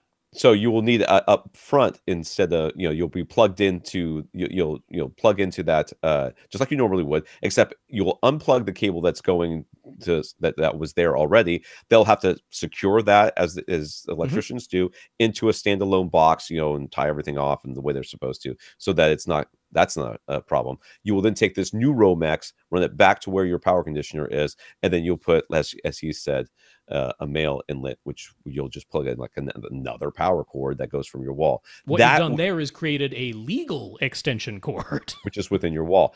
And that shouldn't, if you have attic access or basement or something, some access underneath or above this thing, it should be doable.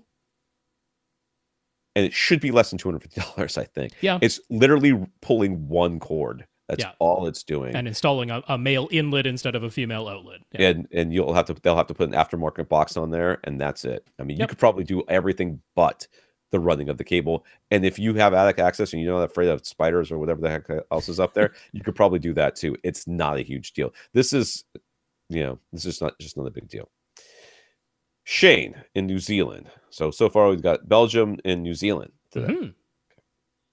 And we've got some pictures that have multiple colors on them and some things. Reminders of Shane's room there.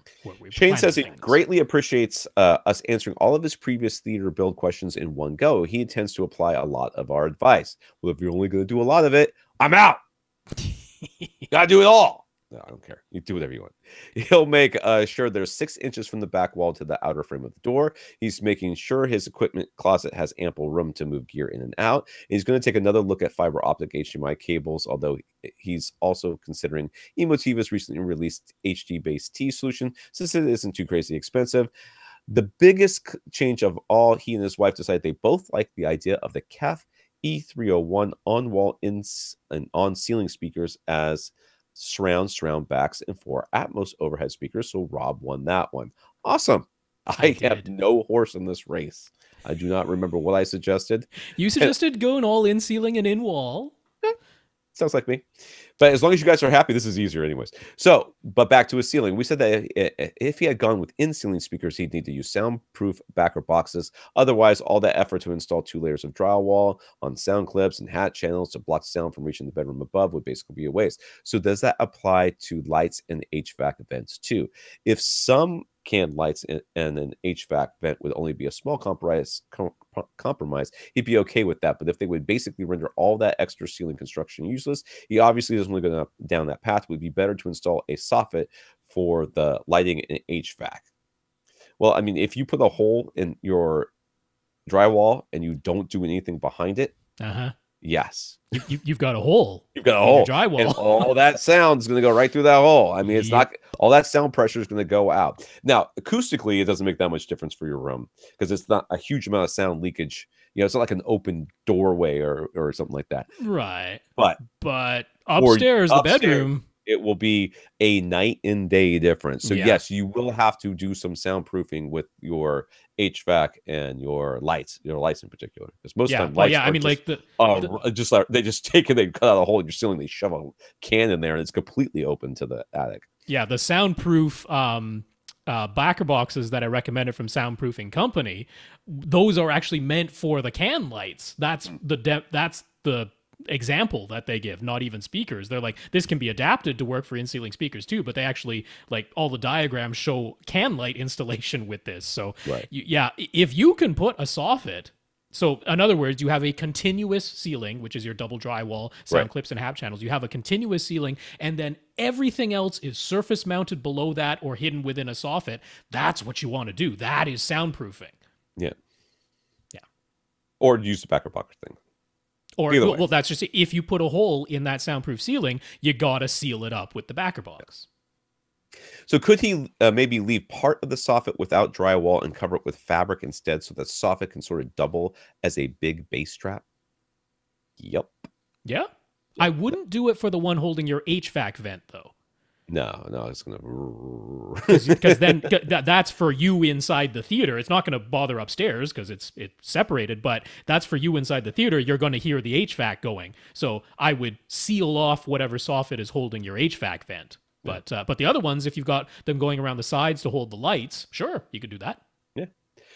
One other thing he liked is the idea of a TV that can move so that he can always have the perfect size. But instead of a 3-in-1 stand, could he use a full motion wall mount instead?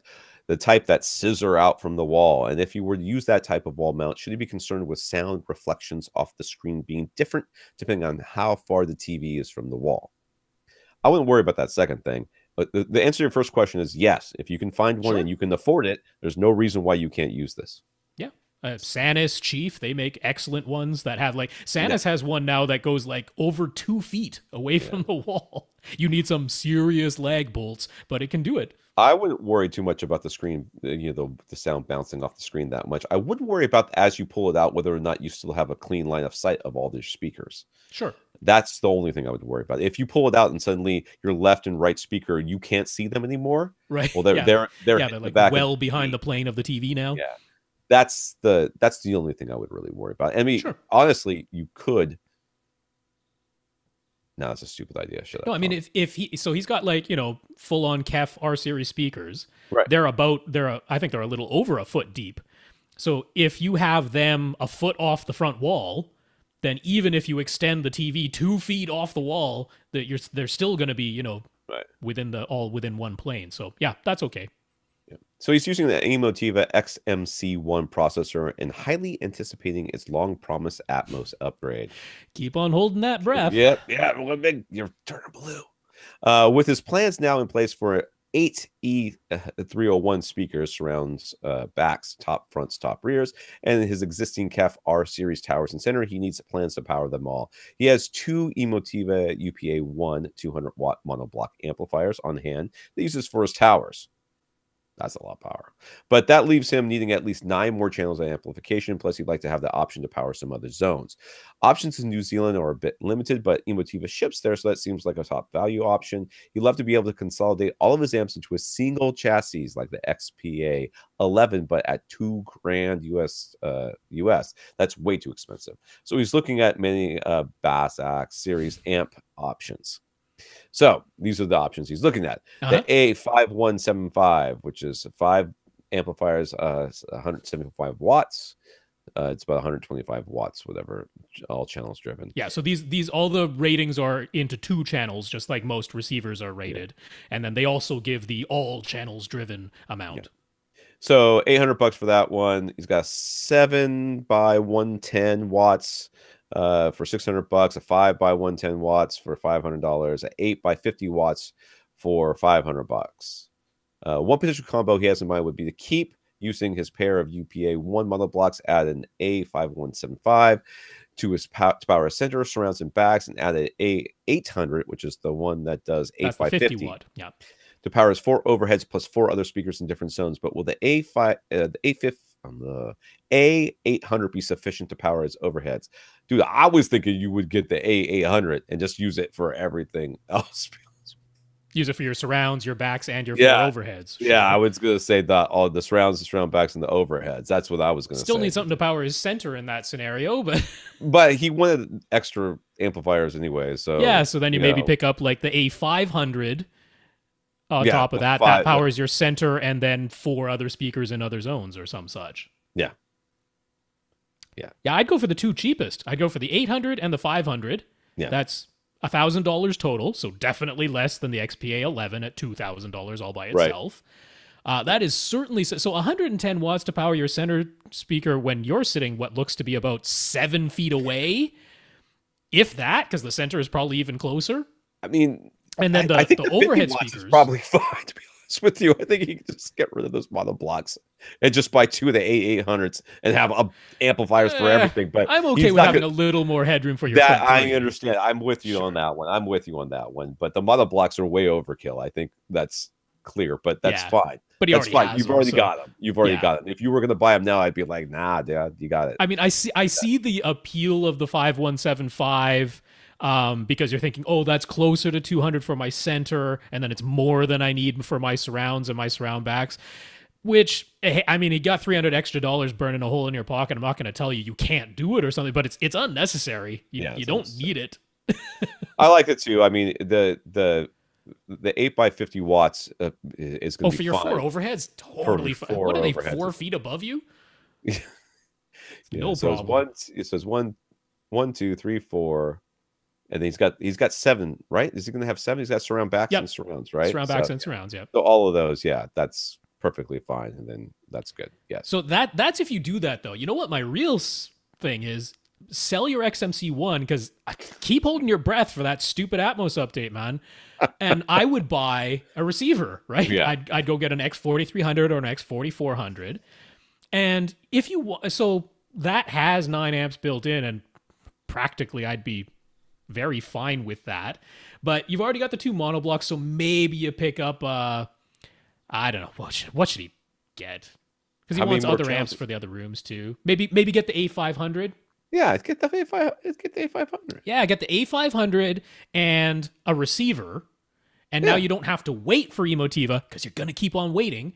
And you only have to buy 1 amp, and you got plenty to power all the zones. And I don't know how much the receiver would cost over there, but I mean, you're going to basically get 9 channels of amplification that you can use for about the same price as one of these amps. But not only that, you'll actually get the 7.2.4 that you want, instead of wait forever. Oh man, I love Emotiva. Can we just say that? I love their amps. Buy their amps. Just don't buy their process. And certainly don't pre-order them. For the love of all things holy, don't pre-order them.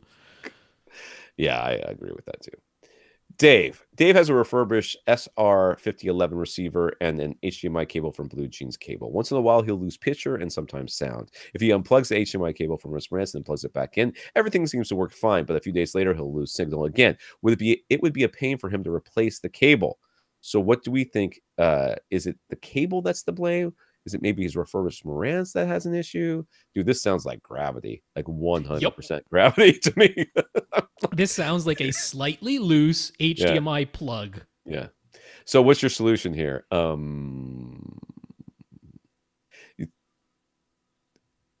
mean, there's ways of making these things more secure. I can't necessarily attest to any of them being a good idea. I mean, I could see my son right now.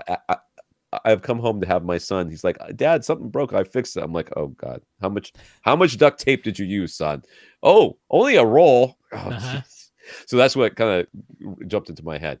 But I kind of feel like there are locking HDMI plugs. Well, those will only work if it's the HDMI port that has the little screw above it, which a lot of them do. Yeah. Which I'm pretty sure on the back of the Marantz, they do have that, the little screw above it. So you can get, well, because they don't want to replace the cable. That's the issue. I mean, I hate that HDMI is a friction fit. Yeah.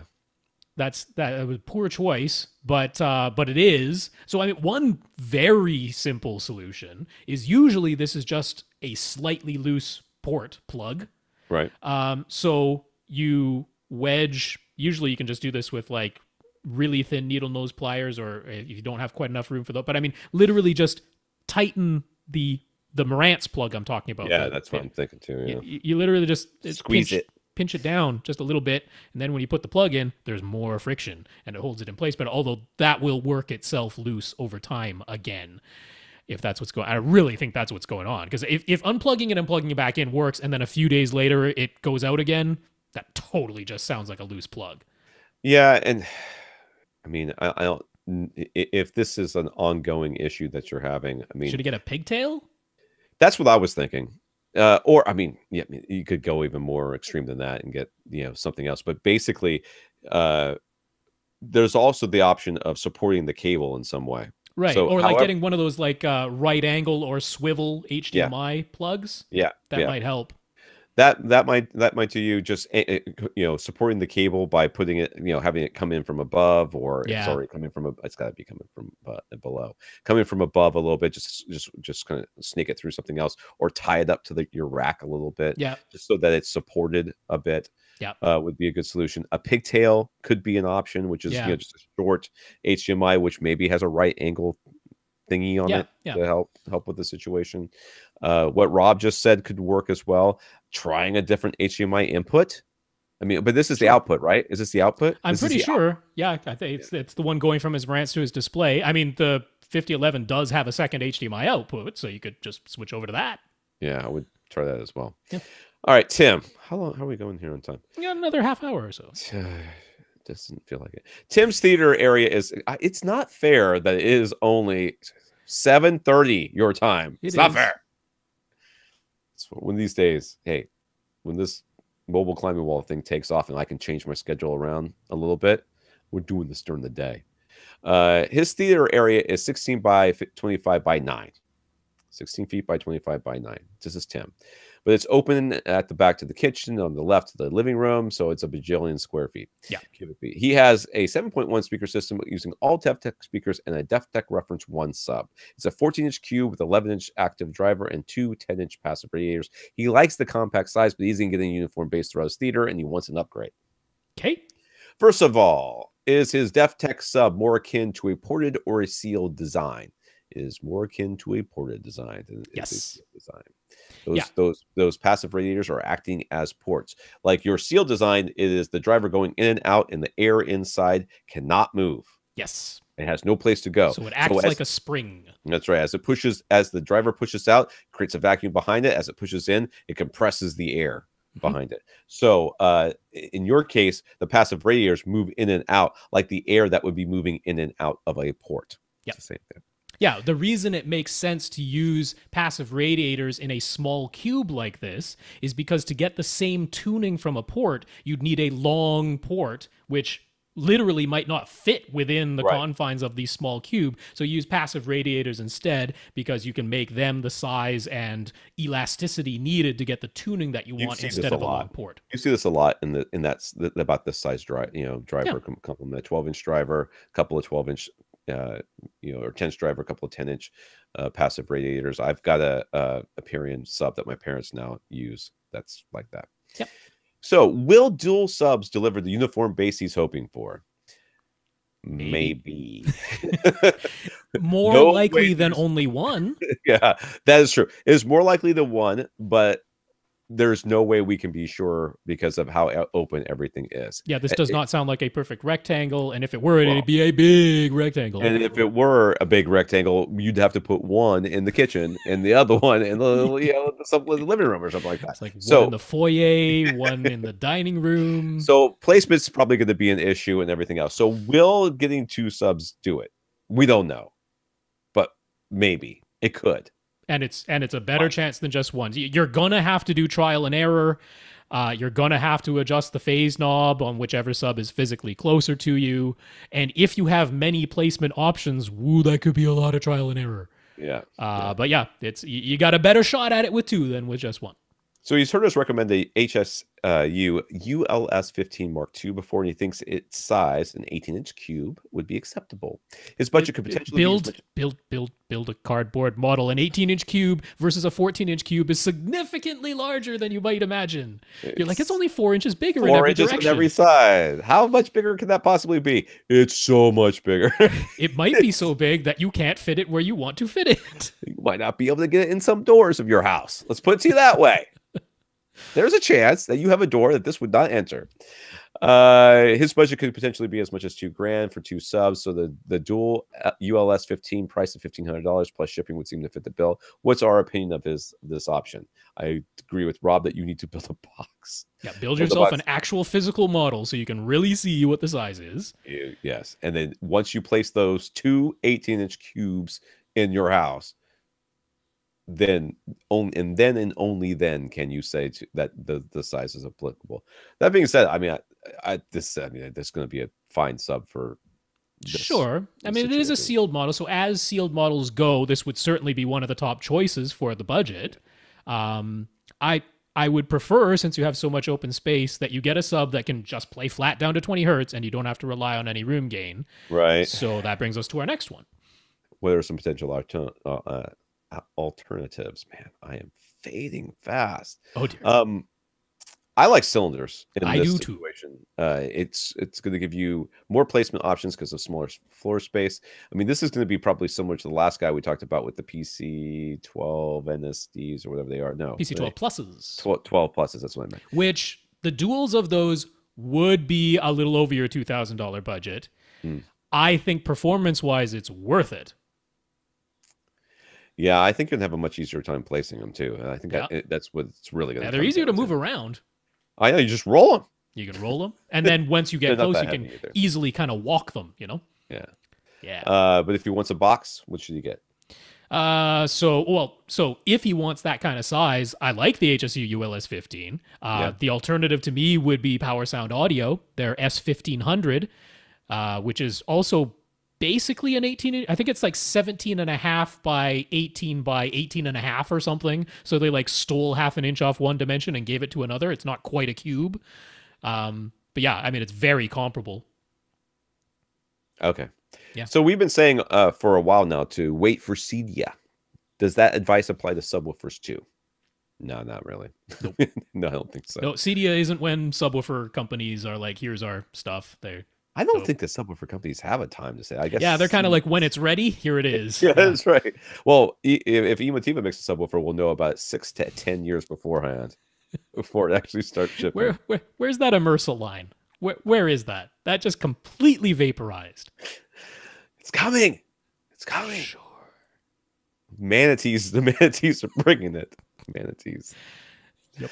Carl enjoyed a video on YouTube, Leonard Nimoy's Magnavision. Did either of us ever have one or have any experience with one? Carl only ever used a Pioneer Laserdisc player.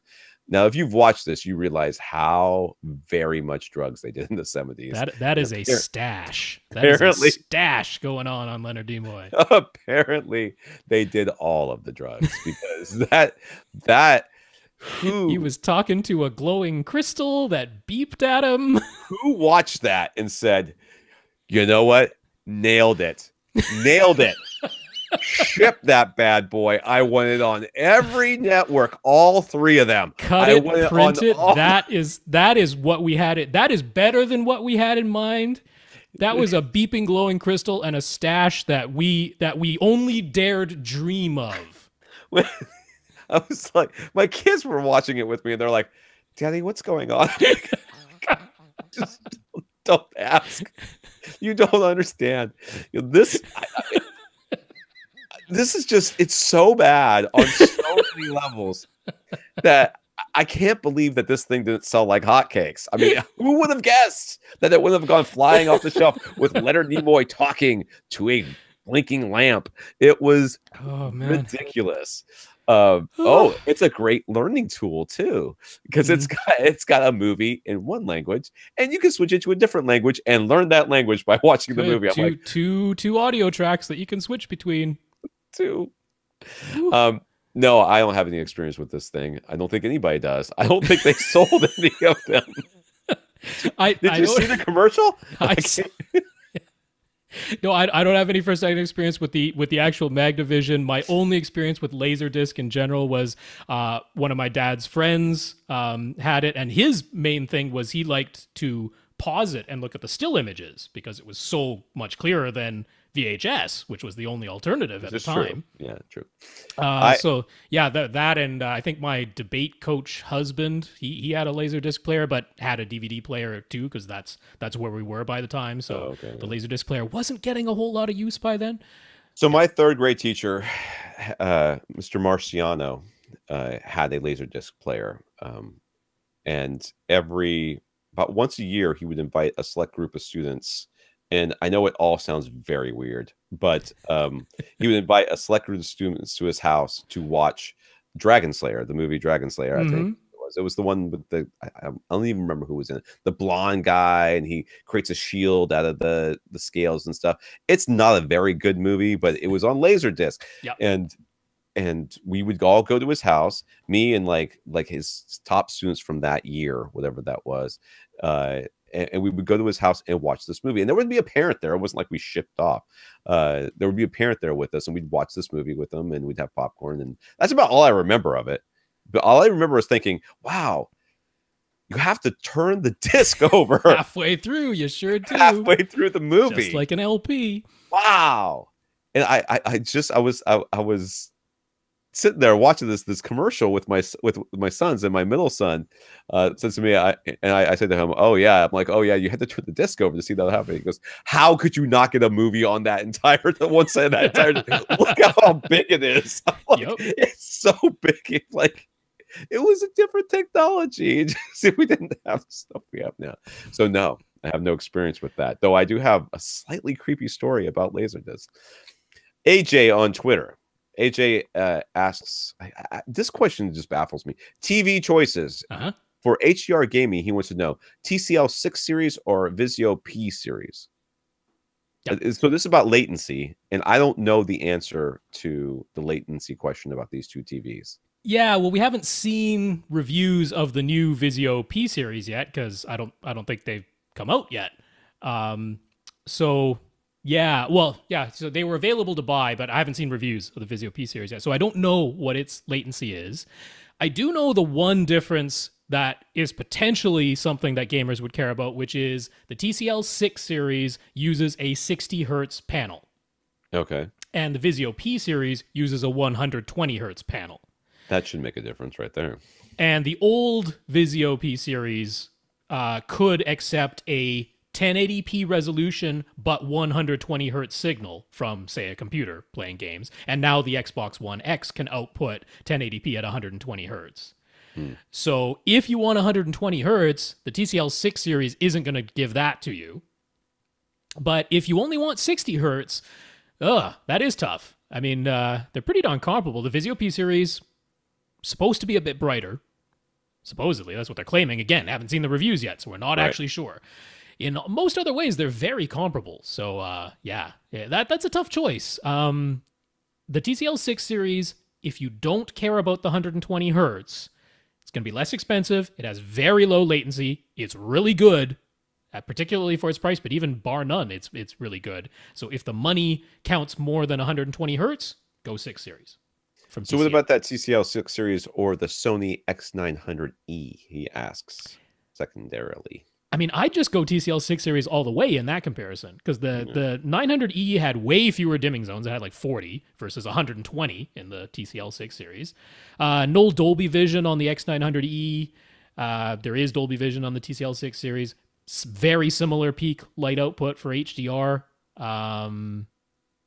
Again, I think that Sony was a 120 hertz, although I don't think it accepted a 120 hertz signal. I think it was just the panel. I'd have to look that up. But here I'm leaning towards TCL 6 series no matter what versus the X900E, just because the more local dimming zones and the Dolby Vision by itself is reason enough, in my opinion. Jonathan, the people making soundtracks for disc releases, streaming, and TV shows can't know ahead of time what sort of sound system will be used to play back their content. So what are they even aiming for? Is it similar to music mastering where they're trying to make it sound okay even on the crappiest speakers? Are they trying to make a movie sound like it did in the movie theater, but for some arbitrarily smaller room size? Or are they just doing the bare minimum to get the thing out the door? So basically the soundtracks, like, how are these things mixed? Now, this would be a really great question for Clint, because I haven't. Clint's actually done mixing for movies before. And if I had thought that we were going to get 15 deep into this thing, I might have shot him an email. But see, I think it's going to depend on the person who's doing the mixing, and that's clearly the case when you look at the differences between the budget and amount of time they've been given. Well, that could be true as well. But I mean, if you look at the actual transfers that we've seen, you look at Thor Ragnarok, which is kind of garbage, and there's no reason for it to be. It just is. It's Disney. They've got a little bit of money. Some of their movies have made some money. Some of their theme parks and merchandise has made some money. they could have maybe had spent another $20 on this thing, and it would have been a lot better. Could have been. And then you look at other transfers that are, have no right to be as good as they are. John Wick. Exactly. Great sound on that. Fantastic sound. So, what's the difference? Could be just like Rob said, how much time they were given, what was the budget, who was doing it, what was their experience level, can they grasp the concept of objects versus channels, which we talked about last week. Yeah. There's a lot of things that kind of go into this, but I think the equipment is kind of what he's kind of getting at here. Sure. And most of these studios are equipped with different setups so that you can hear it in different ways. Yeah. So you get a good smattering of what people are going to be experiencing. And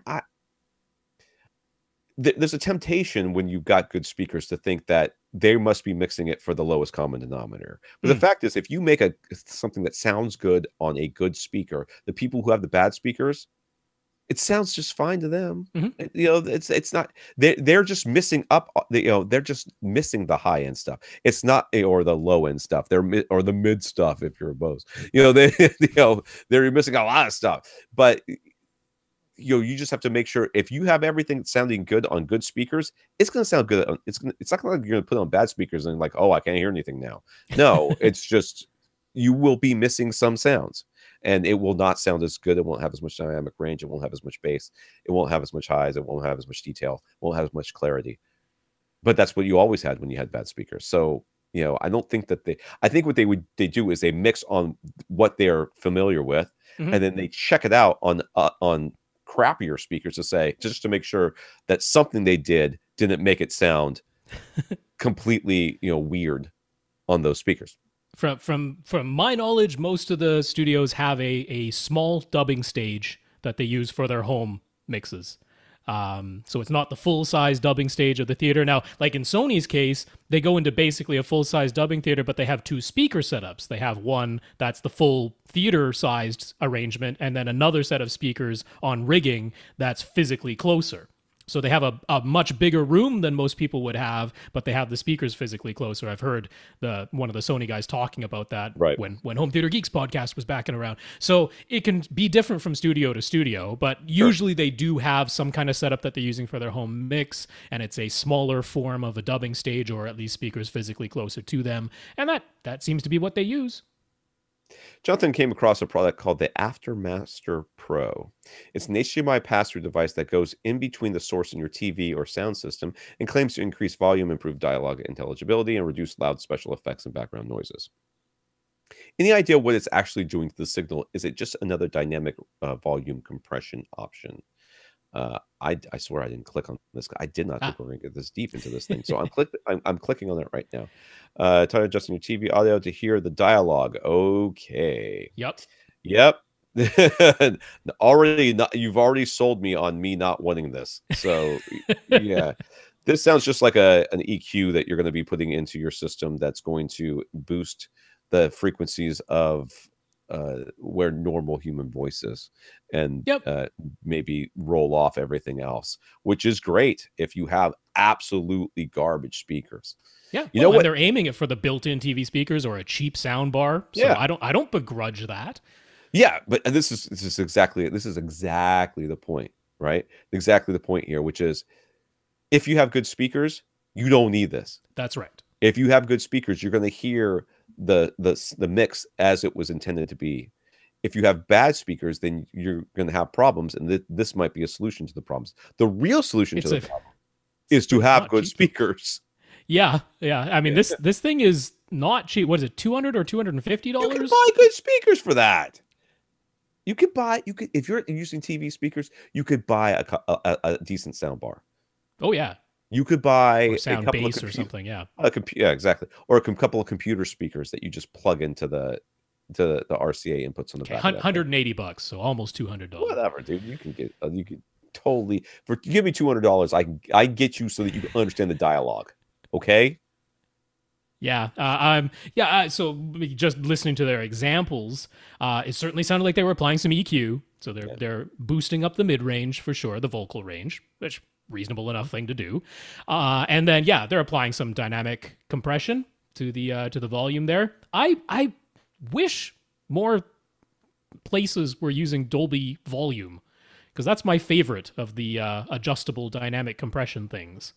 I haven't seen Dolby Volume in a long time. Anthem. That's the best place to get that. But those are cheap. Chris has an update. Chris was the guy who was helping his friend install a theater in her oddly shaped basement. They ended up installing all in-wall and in-ceiling speakers with acoustically transparent screen mounted flush on the wall where her TV used to be, rather than using a motorized screen and having it come down in front of the alcove area to the right. Is what we suggested. At the end of it all, she loves her new theater, but was really, and that is what really matters. But Chris does have one big complaint. To fit within the budget, we recommended an Elite Screens Acoustic Pro UHD projection screen. While it performs just fine now that they got it all figured out, it was an absolute worst to put together and to deal with. The edge-free screen says that it comes with an optional half-inch bezel. You have to Velcro the screen material itself. And to get the full screen size, you have to leave that bezel off. So it's either give up some screen size to have a bezel to absorb the tiny amount of overshoot, or have a white edge all the way around to keep the full screen size. Chris's bigger complaint is that the instructions never warned to place the nuts that hold the center support bar into the frame before piecing everything together. So when it came time to put that center bar in, he wound up having to basically disassemble what he had done. Then he discovered that the pressure of the middle of the frame is so strong that instead of the center support holding the frame perfectly square, the frame actually bows the center support. Yeah. He called the customer service, and they said they hear that a lot. Well, that's encouraging. Good thing you guys are making some changes over there. And their solution was to tell him to order missing parts on the website to get an additional set of wall brackets to hold both the top and the bottom of the frame on the wall, so that it makes it flush again. Yeah. For some reason, they couldn't put in an order for the parts for him while he was on the phone. I want to take 1 second right there to stop. Yeah. And just address that one little piece. And that is this.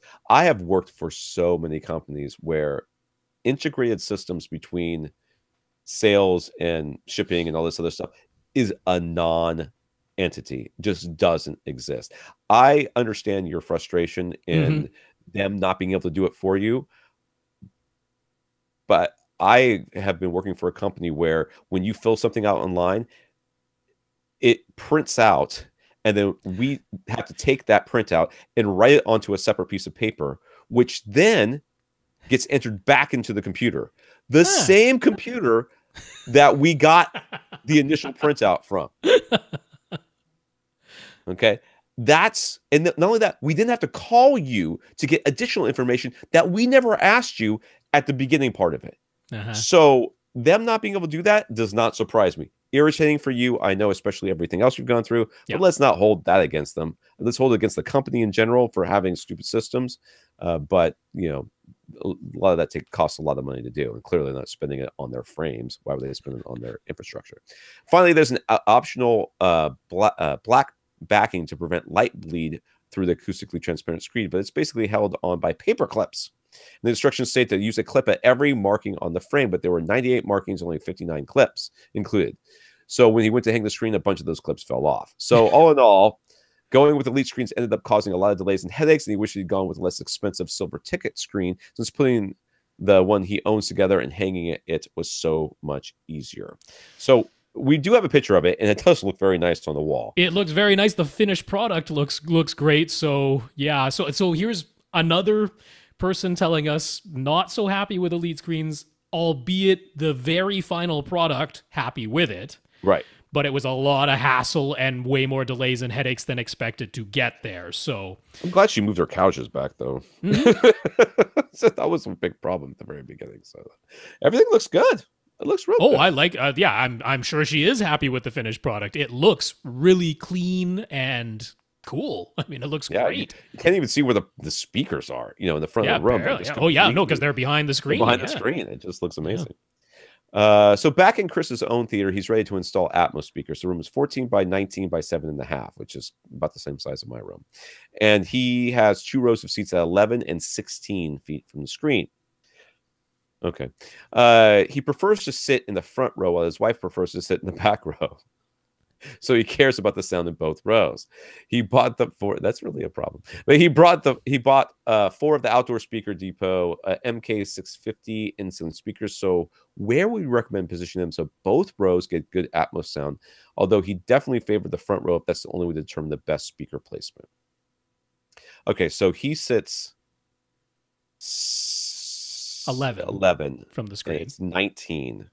So you would normally put it 5 feet back from you if we're doing top rears. Which would be directly above the back row. Right. The ceiling is actually a little bit closer to you, which means you would actually have them a little bit forward of that, because it's usually 8-foot ceilings that we're talking about. So having it 7.5 means that angle, the speaker would be even a little bit closer to you than that. Right. Yeah. Maybe 4 or 4.5 feet or something. Yeah. What does he have? How he's putting Atmos speakers in, but what does he have currently? 7 point what? Do we know? Or 5 point? Is it 5 point? I'm not. I don't know if it's 5 or 7 for the floor level. But either way, aren't you just going to go a little bit in front of the front row and a little bit behind the back row? I would probably do something like that. Yeah. I mean, if you really wanted to, if he was going to be neurotic about it, you could, if he doesn't have surround back speakers, he could put rear heights in like top middles or something like that. It's not as though the rear heights play what the surround backs would have, though. They're getting different sounds. That is true. But if he's got surround backs and he doesn't have a ton of space behind that couch, about 3 feet. 3 feet from the rear row to the back wall. Yeah. So just a little bit. So just like where your knees would be, maybe a little bit in front of that, and then just behind your wife's head. Yeah. Not reclined. She reclines, that's her business. She wants to mess up the sound by reclining. That's her business. Yeah, no, I put him like a foot in front of the front row and like a foot behind the back row. And call them top fronts and top rears. That's right. He's heard us disagree about about the best color to paint the walls and ceiling. This is a fully dedicated theater, so what's a recommendation, and what about carpet color? Well, I mean, go to a movie theater and look around. That's what you should do. I get a lot of them use a dark blue. Yeah, a lot of them do, or a dark red. Dark blue, dark red, probably because that's cheap. But you could do grays, dark, gray. Gray. Hey, if this is a fully dedicated theater and your wife doesn't care and blah, blah, blah, it is depressing to walk into a dark gray room. Really? In the middle of the day. It is. It's weird. I don't think so. Without highlights. Because then maybe completely black.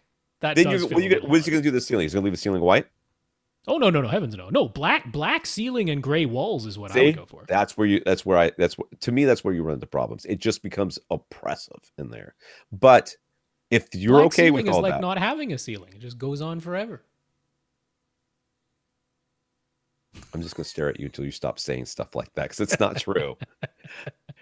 I remember, and I think I've said this before in this podcast, watching the HGTV thing with somebody had a dedicated theater. It was all black. It was the gray walls and black ceiling, and they thought it was a dungeon. They were like, I wonder what they were doing in here. But if you have a gigantic screen at the front, you can tell. That's what. So whatever. I'm just telling you, you can make it look good. You can make it look good, and I'm sure it'll be fine. But yes, he's right. Black ceiling. Gray, make the whole thing black, whatever. But it doesn't really matter. I mean, when it comes down to it, you're going to turn the lights off, which you don't want is stuff reflecting. So dark colors are better than non-glossy colors are better. Yeah, I mean, I don't like going for pure matte finish because that is so easy to mark. Like if you brush. You're worried about that sleeve against it. Oh yeah, no, it's pure matte is annoying. So I go eggshell. One step up in the glossiness thing of the finish. I'd go eggshell finish. And Sherwin-Williams is the paint company to go to because they have... So just go to Sherwin-Williams, ask for the gray screen, because that is a completely neutral gray. Mm-hmm. It's just called gray screen. And then they have all the various lighter and darker shades that they all have different names, but that family of gray, of which gray screen is one of them. Because it's easy to remember gray screen from Sherwin-Williams because you're going for gray. And then they have all the darker shades if you want darker than that. Yeah. All right. I have not watched these videos from Damien, so there's Okay. none of that going to happen. And I'm looking at the rest of these things. They're all pretty short, and we can answer them next week. All right. So that's going to be it for this week. Oh, We put a dent in it. That's good. we did. So who do we have left, Rob? We have Damien and Michael I and Paul T. And I think that's it, isn't it? Yeah, I think so. That is it. All right. We want to thank our listeners of the week. We want to thank Miguel and Chris for giving us a donation at www.avrant.com by clicking on the cup of coffee link and give us a PayPal donation. Thank you, Miguel, and thank you, Chris. Yeah, Miguel, Chris, thank you very much for those donations. Thank you that we have an up to $300 matching donation challenge for this week, the week of May 7th through May 14th, 2018. If you donate during this week, one of our listeners, the first $100 will be anonymous. The second $100 will be matched by James. The third $100 will be matched by Deepon. Will be so up to $300 match, which means $600 for the podcast, which means that we will have lots of money to pay for hosting fees for the next and other things for the next couple of months. So thank you very much for all who intend to do that, and thank you, Anonymous, James, and Deepon. Yeah, for sure. Anonymous, James, Deepon, thanks very much for setting up that whole match pledge idea. And yeah, if you're hearing this within the week of May 7th through 14th, and you were thinking, yeah, I can throw those guys a buck or two, that'd be fantastic. We would appreciate it because your dollar becomes $2 and your $2 becomes $4. And lastly, we want to thank our patrons over at Patreon for donating and kind of their continued support. So thank you very much, gentlemen and ladies. Yeah, patreon.com/AVRant Podcast. Thank you very much to our 59 patrons. And Aiden and Miguel for talking us up to Rhythmic and to Accessories for Less and Oppo, respectively. So thank you, gentlemen. Yeah, Aiden, Miguel, thanks very much again, and congratulations on those purchases. For AV Rant, I'm Tom Andry. And I'm Rob H. Now go out and listen to something.